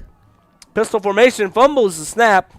It's going to be corralled, but he's going to be corralled in the backfield for a big loss there. About, I would say, about 3 yards. Set up about 3rd down and 9. Yeah, back to the original line of scrimmage. Yep, set up 3rd and 9, so not quite, yeah. 3rd and long here, though, and a chance for Caney Creek to try and generate a conversion on a 3rd and long. These are the kind of plays you look at in the film room. They can be a good rallying point there for the players. Good positive development if you can convert on a 3rd and long. Now, but actually, there was a look at this. penalty. We get some bonus yards. 5 yards marked off. So now it'll be a more manageable 2nd down and 2. It's probably an offsides penalty then. They'll take the snap. He's going to roll out. He's got somebody chasing him, and he's going to take him down. That's number 48 for the Bulldogs, and that is Tyron. Another sack for him. Yep, but there is a flag that came down during that play, so the official's walking in who threw it, and we're going to see what the call is. It appears that the Panthers were looking as if they thought they had a free play, but it looks like they're going to pick up the flag possibly. Yep, we will see what the signal is. Looks like Yep, they're going to decline the first one, but it looks like there's a couple. No, okay, so yeah, whatever they were going to call, they declined it. So it was only holding. They declined the penalty, and now it is 3rd and 13 for the Panthers at their own 22-yard line. Yep, tight 4-receiver shotgun formation here for Panthers. Marshall will take the snap. He's going to look to throw. He's going to be pressured again by Tyron. Tyron, twice in a row, sacks the quarterback for the Panthers. And now the Bulldogs force a 3-and-out on this huge drive that would have been amazing for the Panthers if they could have scored. But Waller says, nah, they're not going to let that happen. Yeah, just total breakdown in the protection there, coming off of both edges where Marshall just didn't have a chance there, kind of pinned to the pocket. Couldn't really step up. There wasn't really room up the middle to escape either. So now Massey will punt it away. On a 4th and forever, he's going to be backed up almost to his own end zone. The kick is a decent kick. We'll have to see if it takes a bounce, and it will. It's going to take a Caney Creek roll to about the Bulldog 43. Or right in between the 42 and the 43. Yep, so Waller offense coming right back out onto the field, and these are all teaching points for Coach Hindman and his staff at Caney Creek to take a look at on film. They can reference all the positives that they've seen at moments throughout this game and then show their players exactly where things have kind of broken down as well and try and improve on all of that stuff as they're trying to get ready for district play. So plenty to look at and learn from both on the positive and negative side that we've seen in this game for the Panthers. And now it appears that the Bulldogs will be running out of the pistol formation. Gaines will take the snap. It's going to be a toss play to the running back. He's got some blockers, And he's going to try to get into open field, and he's going to try to juke a man, but he's going to slip at about the Panther 46-yard line. We'll have to see where exactly they mark it. Yeah, but first it's enough down. for a first down. Yeah, 11-yard gain on that. Nice run by Carter, even though he lost his balance there toward the end of it and couldn't quite turn up the sideline like he was trying to do to get really off to the races there. And one thing we haven't really talked about this game so far for Caney Creek is the fact that they are missing their 2 top wide receivers, and one of those wide receivers who was almost a gadget Travis Hunter type player who played cornerback for them last year, as now it'll be a handoff again. Looks like he's going to try to find some running room, but again the Panthers are able to converge on him at about the line of scrimmage, maybe 1 or 2 yards. Yeah, and you like to see the Caney Creek defense out here given that effort. That's what the coaches are looking for right now. They want to see the effort and guys not quitting, guys out there playing hard, looking to make plays, and it looks like that Caney Creek defense, Wes, is still locked in. You got guys out there kind of slapping their helmet and making signals like they're out there and motivated, which is what you want to see right now. Yes, because to them, the game is not over yet. Let's take the snap. Gaines looking to throw. Now he's going to roll out. He's going to try to throw on the run. He's going to find his man, and he's going to get he's not going to get tackled, and he will be tackled at about the 16-yard line, the Panthers' 16-yard line. Another huge play on the run. Yeah, it was just good patience from the quarterback, Gaines there. Kind of rolled to the right. It's a little bit of an adjustment by the receiver to sit down in the pocket there where Gaines just found him for an easy pitch and catch. Gaines trying to draw the Panthers offside. Not going to work. He's going to receive the real play call from the sideline. 2 receivers to his right and to his left. Carter's to his right. His play clock is winding down. He's going to take the snap. It's going to be a halfback draw up the middle. Carter's got some running room. Can he go in for his 3rd touchdown of the day? Another really impressive run from Carter, who's just been great for the Bulldogs tonight. And again, Caney Creek been playing a lot of defense out there tonight, so you know the fatigue has definitely set in as this game has gone on, just with the sheer number of snaps that the Bulldogs have had to play here tonight, Wes. As now it will be number 16, Ethan Breeden, our all-tool player, as the kick is up and it is good. There's a flag down, most likely offsides. That's pending that penalty. It will be Waller 42, Caney Creek 7. Yep, so Waller so far doing one better on last year's score in this game that finished 41-7 in Waller's favor out in their house west of where we are here, out off of 290 where Waller High School is located. Where Waller Tomball Road ends, I like to say, or 2920, as most people around here know it. Drive it all the way out until it hits 290, and then you're right near Waller High School in the town of Waller. In Waller, they do play in, it was believed, District 16 6A. 16 6A, yes, they're in one of the 2 Cypress districts. So Cypress has so many schools west that they've split it up into both Region 2 and Region 3, oddly. So the district that Waller is in is, I guess, nominally considered the Western Cypher ISD schools. So you got the likes of kind of Cy Ranch in there and Bridgeland, who are obviously really good programs. Cy Springs was one of the real surprise programs in that district last year. So they're in a very tough district, and they'll be trying to get in on the playoff race this year after finishing 4-6 a year ago. And again, Waller follows this game up with Grand Oaks next week on their home field out there. The kick is away. It's going to be a squib kick. We'll have to see if it goes out of bounds, and it will. So that will be a penalty, and it'll come out to where I believe if it's shorter than the 30, the rule book states that it will come out to where the ball went out of bounds, I believe. We'll have to see if I'm correct on that. Yep, getting a little fancy there with that kick direction. That was ambitious, but I guess if you're going to try something, try it when you're up 42-7.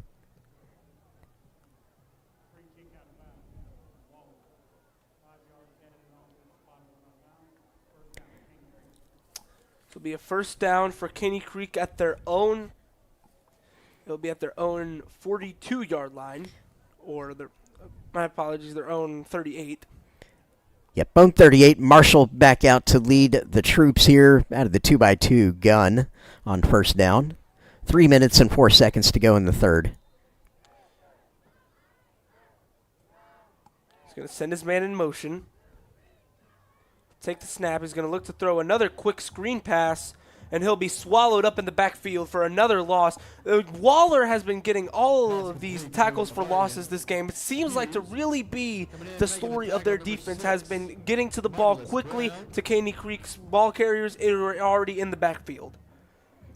Yep, a little bit of signs of frustration showing out there on the field. They just had a really tough go of it on offense here tonight, Caney Creek. But again, you've got a little over a quarter left to play and a chance to do some positive things and put some positive plays on film that you can kind of rally around moving forward into next week.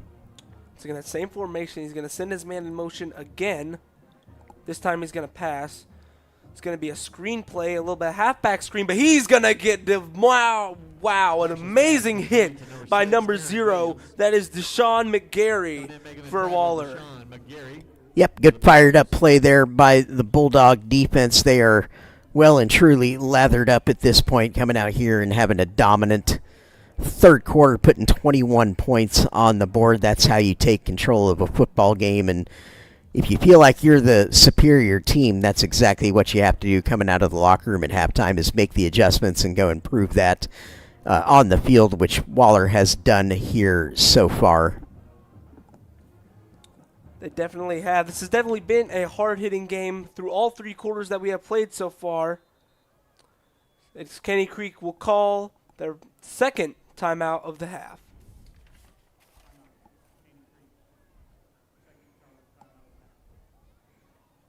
Yep, so for Caney Creek, on the heels of this game, they will visit Montgomery, so they'll make the trip down 105 here next week and take on the Bears out at their place before district play starts the week after that. So on September 12th, the first district game for Caney Creek is at home against Willis.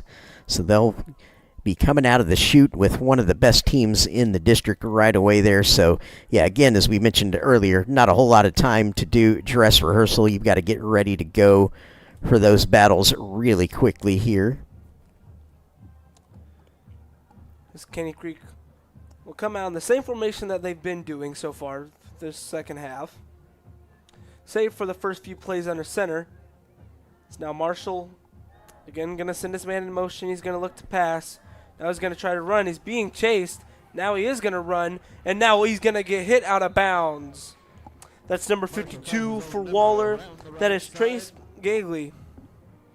Yeah, and Marshall just getting what he can around the right side again. Had a tough go of it here tonight. Just nothing coming easy due to the pressure that he's been under, particularly here in the last couple of quarters. Makes a positive play there. Got really close to the first down, a yard short, obviously. At this juncture, they're going for it. So coming out here in a tight 4-receiver formation, Wes. There'll be 3 receivers to his right. Movement. And they're going to jump off sides. A free play will be incomplete. Yep, couldn't quite get it over the top. Intended receiver there was number 7, Baselli, the junior, Jance Baselli. And the offsides will give them a first down and will put them into Bulldog territory. Hey, there we go. That's all we need. Little positive momentum there. Get the chains moving. Put some wind in the sails. Now it appears they're going to stay in that same formation. Trips right. So we are just awaiting. Play clock started to run, so they're just getting the play from the sidelines. Yep, staying patient, not in a rush. Got the third quarter clock running down here. Coming up to 40 seconds remaining in the third. 4-receiver set again. 1st and 10. He's going to take the snap. He's going to look to throw another out route. Oh, it's going to be an amazing catch. What a catch. There. Reaching out and grabbing it. Number 1, Amarian Hughes. That man had the big play earlier, and now he has a play to bring up second down. I'll tell you what, yeah, Caney Creek has an absolute stud in this player, and they need to, and I'm sure they will, devise as many ways to get the ball in his hands as they possibly can, because He looks clearly like the golden ticket in this offense in terms of the big play ability, which we've already seen tonight on the lone touchdown that the Panthers scored on that great post route where he went up high to make that catch. They've got a real player there with that gentleman. As that horn signals the end of the third quarter, and just like the first quarter change, they're not going to have to move very much.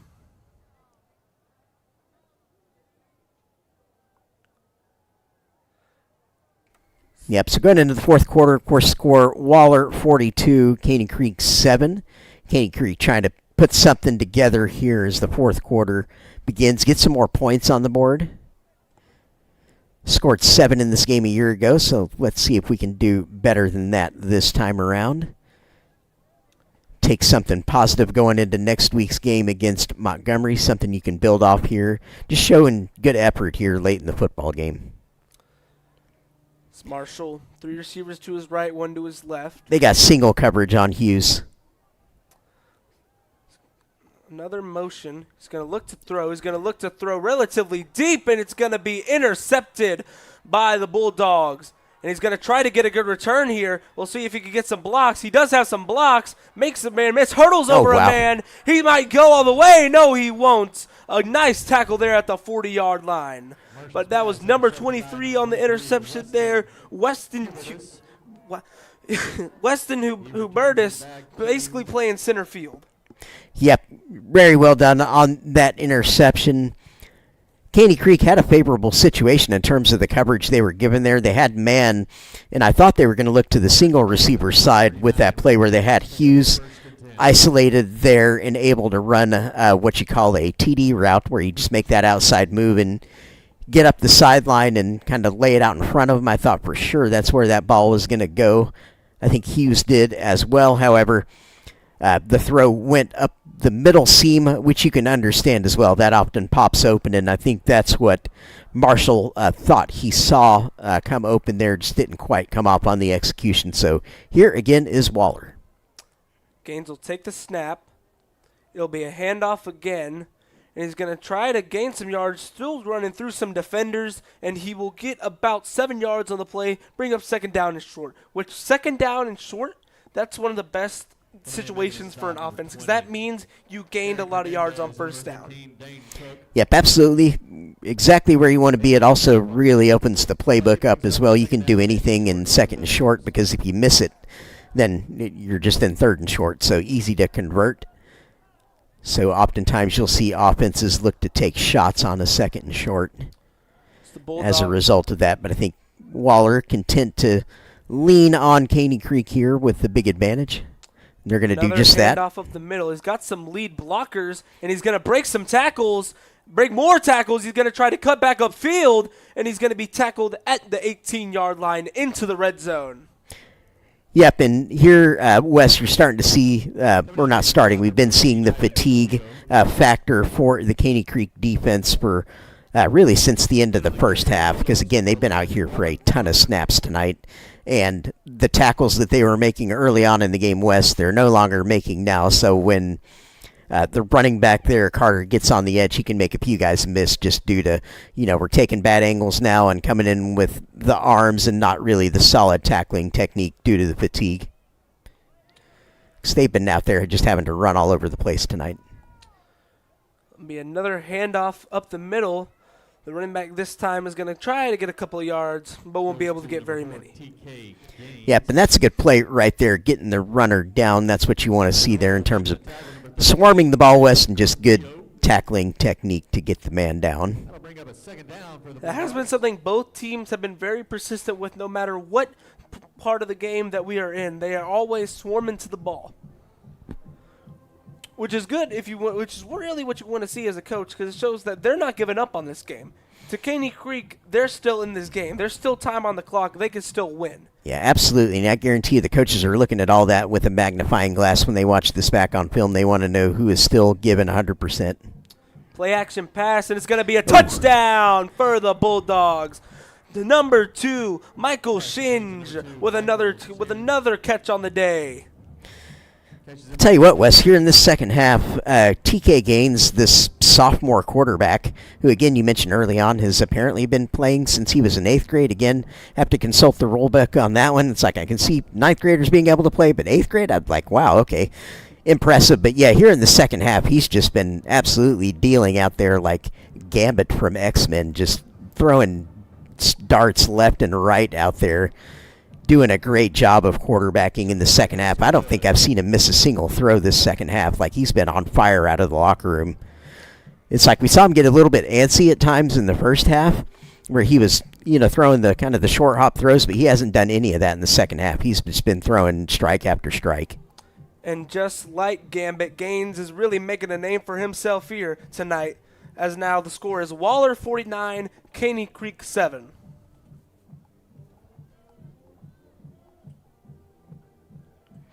Yep, 9:23, of course, left on our game clock tonight. And in some other district action this weekend, the Woodlands got off the mark last night, beating Cinco Ranch. I believe it was 26-0. They shut out the Cinco Ranch Cougars, making the trip up to the bank at Woodforest Stadium from the Katy area.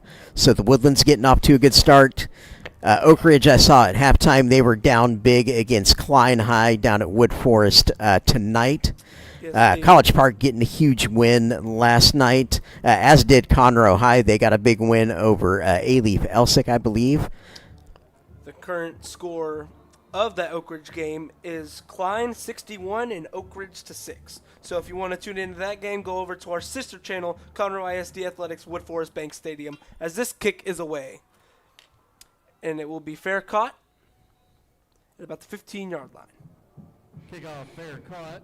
Yeah, Wes, in terms of the district race, the team that I'd really like to get a look at now that I've seen kind of what the Woodlands is about a little bit. I haven't seen Willis yet. I need to see them. But Grand Oaks is the one I'm really curious about this year, because I feel like they're one of those teams that could definitely be involved in on the playoff race, and I'd like to stack them up against kind of what I saw from College Park last night and what I'll see from Conroe High next week when they take on Hastings here at Moorhead. I'll be calling that game next week. As now, it appears, is that a new quarterback in the game? It is.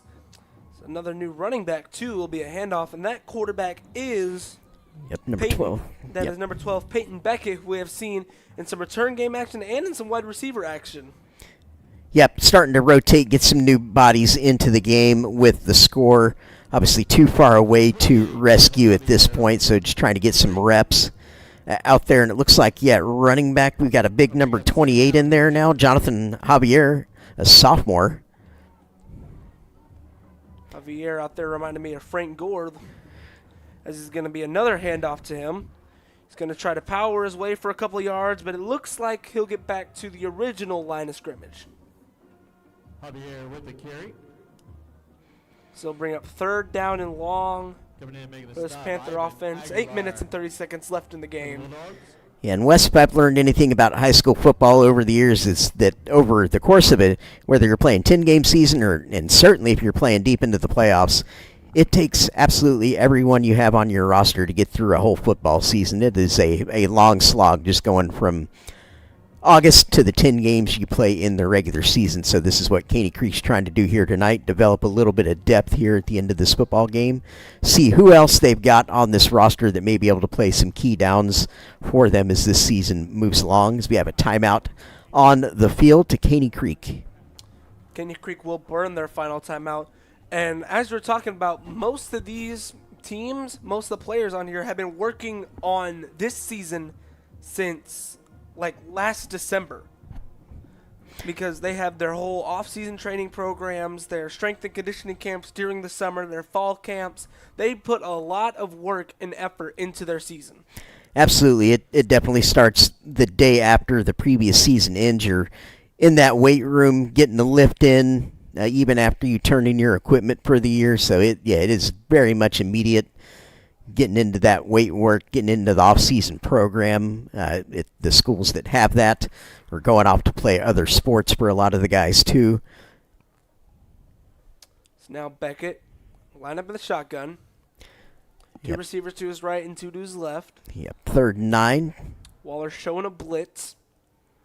They will send a blitz, and it's going to be a read option. He's got a keeper. Will he get the first down? No, he will not. He will be just short, but it would appear I don't see the punt unit forming on the sideline, so it looks like they will go for it here on 4th down and about 2. Yeah, Wes, that orbit motion that they just did into the backfield there, that's what I expected to see a little bit more of tonight in terms of the design. That was really clever the way they set that up, so maybe that's something they'll build on for their future games. We've seen them line up in a pretty static way tonight with their formations. They haven't done a ton of craziness. We did see him break out a gadget or two kind of early on in the game, but they haven't really done a lot of crazy stuff in terms of movement. But there they had a nice creative window dressing on that run that almost enabled them to pick up the first down. Massey back to punt. Random flag dropped there at the back. Oh, illegal substitution. So saying Caney Creek did something weird there with the number of players they had on the field. The math wasn't mathin', according to the officials. This is now the line of scrimmage will be Caney Creek's own 28-yard line.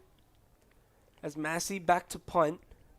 Returner is lined up at about his own 35. The kick is away, and it looks like it got partially blocked. Yeah. And the Bulldogs will fall on it. That was recovered by number 20, Jeremy Dees. Yep, got just enough of that punt. Been seeing a lot of the low liners, more of the rugby style punts done here tonight, but that one, yeah, just right into the path of a Waller defender, cover man that had his hand up and knocked it down J.J. Watt style out there. Yeah, and if you really think about it, those rugby Aussie type punters, they have really taken over the sport of football, whether it be at this level, at the college level, and now they're starting to come even to the pro level. As now it's a new quarterback in the game for Waller. That is, I believe, that is our do-it-all man. That is Ethan Breeden taking his first snaps at quarterback. Be pistol formation. It'll be a handoff up the middle, and he's going to try to find some running room. And is he going to break some more tackles? Oh. Yes, he will. Flag. To the 10, to the 5, touchdown. There is a flag behind the play. It looks like it's going to come back for an illegal block. Couple of yellow flags down on the ground. Excellent run. This is a very quick player there, number 8. That is Trajan Bordeaux. Yep, Boudreaux, yeah. Impressive moves there in the open field, but it's coming back mercifully for Caney Creek. Now, I don't know what the football equivalent of the cycle is, but our guy here, number 16, Ethan Breeden, he's on it tonight. Yes. Absolutely everything. Kicking, punting, quarterback. Even playing in the band at halftime. Yes, exactly. Hats off to you, Mr. Breeden. He really has been doing it all here tonight. It's now the same pistol formation. 2 receivers to his left, 1 to his right. So he'll take the snap, and it'll be a toss play. So he's going to look to try to go back-to-back into the end zone. It looks like he's got a chance, but he'll be knocked out of bounds. But not before getting a first down and a good gain there. Boudreaux around the left side. Boudreaux again on the carry. Knocked out of bounds at the 12-yard line. Yep, and as the game moves on here, Waller just, finding that resistance that we saw early on from Caney Creek just slowly kind of fade away as they just put a stranglehold on this football game immediately at a halftime. So clearly the adjustment advantage went to Waller, as did the conditioning advantage.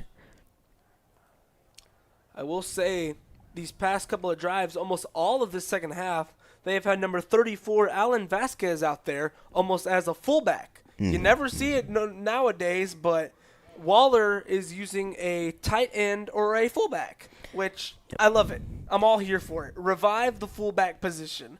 Bring back the days of Mike Allstott and Natron Means out there lean blocking for people and just running people over. Yeah, there's a reason when you watch the NFL and the pro-style offenses, they still very much incorporate all that and make heavy use of.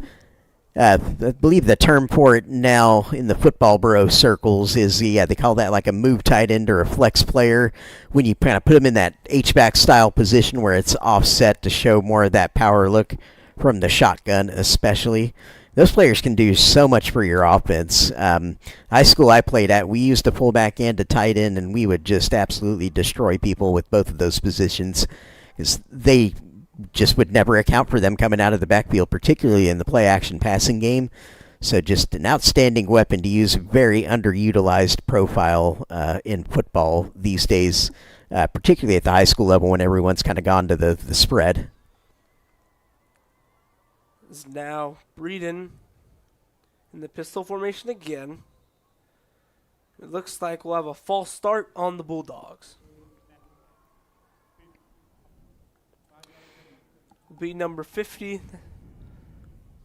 A false start on the center. Yeah, and Wes, I know you're a bit of a fan of trivia and history. Do you know where the fullback and tight end influence came from primarily in the NFL? Where it's still alive today through coaches like Andy Reid on the Chiefs, because he comes from the coaching tree that produced it. Well, let's see. It's a quarterback power here, though. As he's going to try to run, it looks like there's going to be a flag down.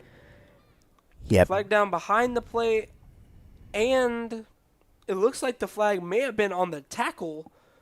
So we'll have to see what the referees say.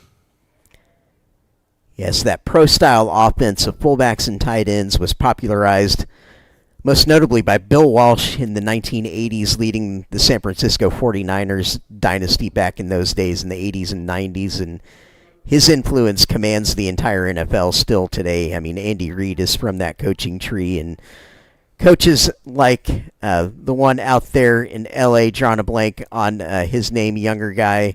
Sean McVay? Yeah, Sean McVay, and then, of course, the coach out in Miami who's one of Sean McVay's proteges, all come from that West Coast tree, but really it's still absolutely dominant. Coach Shanahan in San Francisco, now obviously continuing that legacy at the 49ers, so yeah, it's really a cool thing to kind of watch that. It's like nothing really ever becomes obsolete. It's now play clock is at 0, and we'll get a delay of game. It's now it is first down and forever.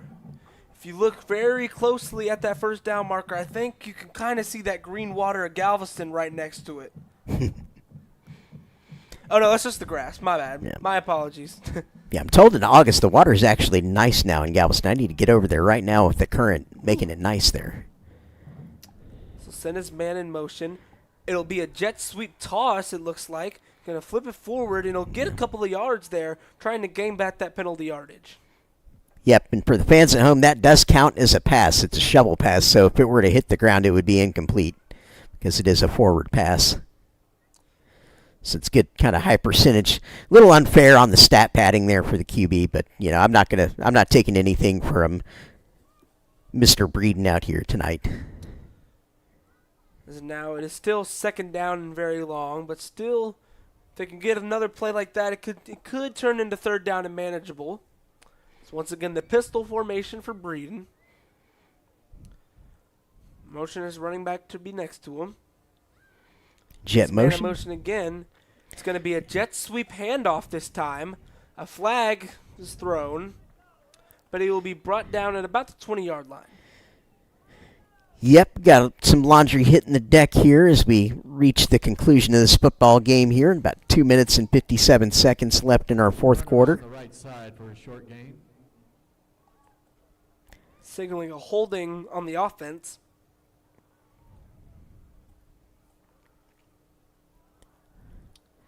So we'll wait for the official confirmation. So after this holding yardage is marked off, Wes, it's going to be about second and Waller to go. That does seem what it will be. Yeah. I've been waiting all game to use that one. I've been saving that one. We'll have to see where the ball is marked.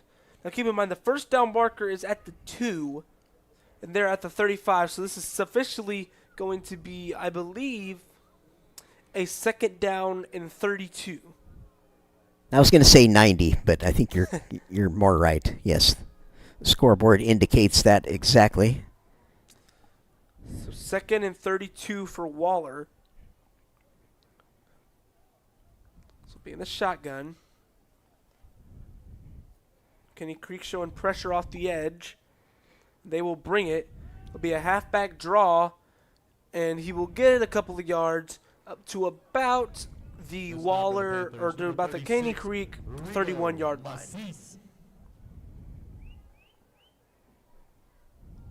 And if you really want to go back to that conversation about the fullback position, you could go way back to even to the days like Paul Hornick and the Four Horsemen of Notre Dame, Yes. and Jim Taylor and Jim Thorpe even. You can go. The fullback position is probably, besides the quarterback, one of the most historic positions in the sport of football. Yep, absolutely. Back in the days, 3 yards in a cloud of dust, under center, just running the football, pounding it all game long, and of course, triple option popularized it even further. Fullback's such a key part in all of those offenses where there's wishbone, flexbone, wing T, whatever you're doing. The fullback absolutely crucial to all those schemes. The split back, yeah, the veer, all that midline option. Fullback, you could pop him loose on those or trap plays. Just pretty stuff to watch. And I'm amazed. The more I've been around this game and watched it, been all over the state of Texas, watching just high school football games and following the evolution of the game in general, it's like things just get a little bit different twist put on them. It's like you see all this RPO stuff that became all the rage, and really the principles that teams were applying to run all that were pretty similar to what option teams would apply going up to the line of scrimmage there. I mean, good option teams who knew what they were doing, they would take 6 to 8 plays to the line of scrimmage on any given down, and based on the alignment of the defense and the rules they had set for their particular offense, it's like you would take just an array of potential solutions to the line of scrimmage, and that's what made those dominate the sport for so long. Early movement down on the field in Waller. A lot of early movement there.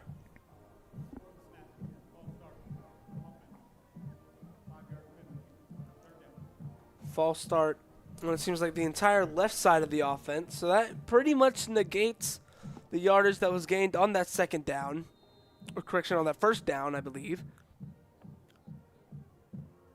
Or no, it was the 2nd down, so still on that pistol formation.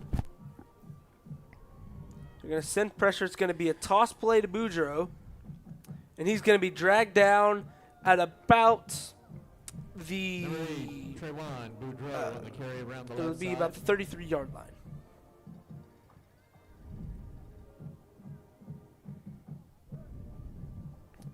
So now, Pierre Waller's just going to try to run down the clock and escape here with the victory. And prepare for their game next week at home where they face Grand Oaks. Yep, and unfortunately for our district here in Caney Creek, our local interest, they're doing more than escaping. They're sprinting out of here. Very impressive second half from Waller with 28 unanswered points. I believe, if my math is right. Be another false start for Waller, which I believe will officially bring us to a 4th down and 36. Yeah, if we look back to the first half, Wes, it was 14-7 at one point. Caney Creek getting on the board, tied the game at 7 apiece when they made that big play, but ever since then, yeah, Waller's just run away with it and done all the scoring since it was tied up at 7 apiece.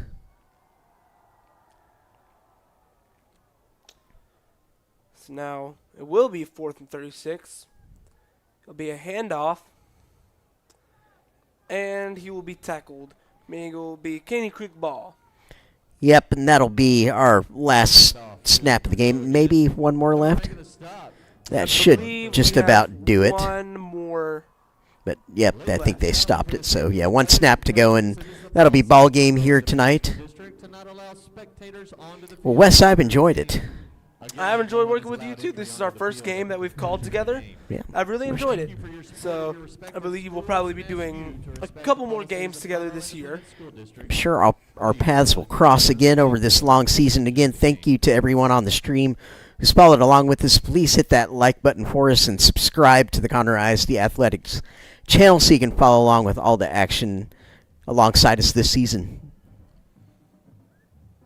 So the final play of the game will be a sack by Waller defense. As it appears, they will just let the clock run down. With your final score here from Buddy Moorhead Stadium being Waller 49 and Caney Creek 7 as the teams line up to shake hands. Yep. Caney Creek will travel to Montgomery next week before starting district against Willis on September the 12th, right here in Moorhead Stadium.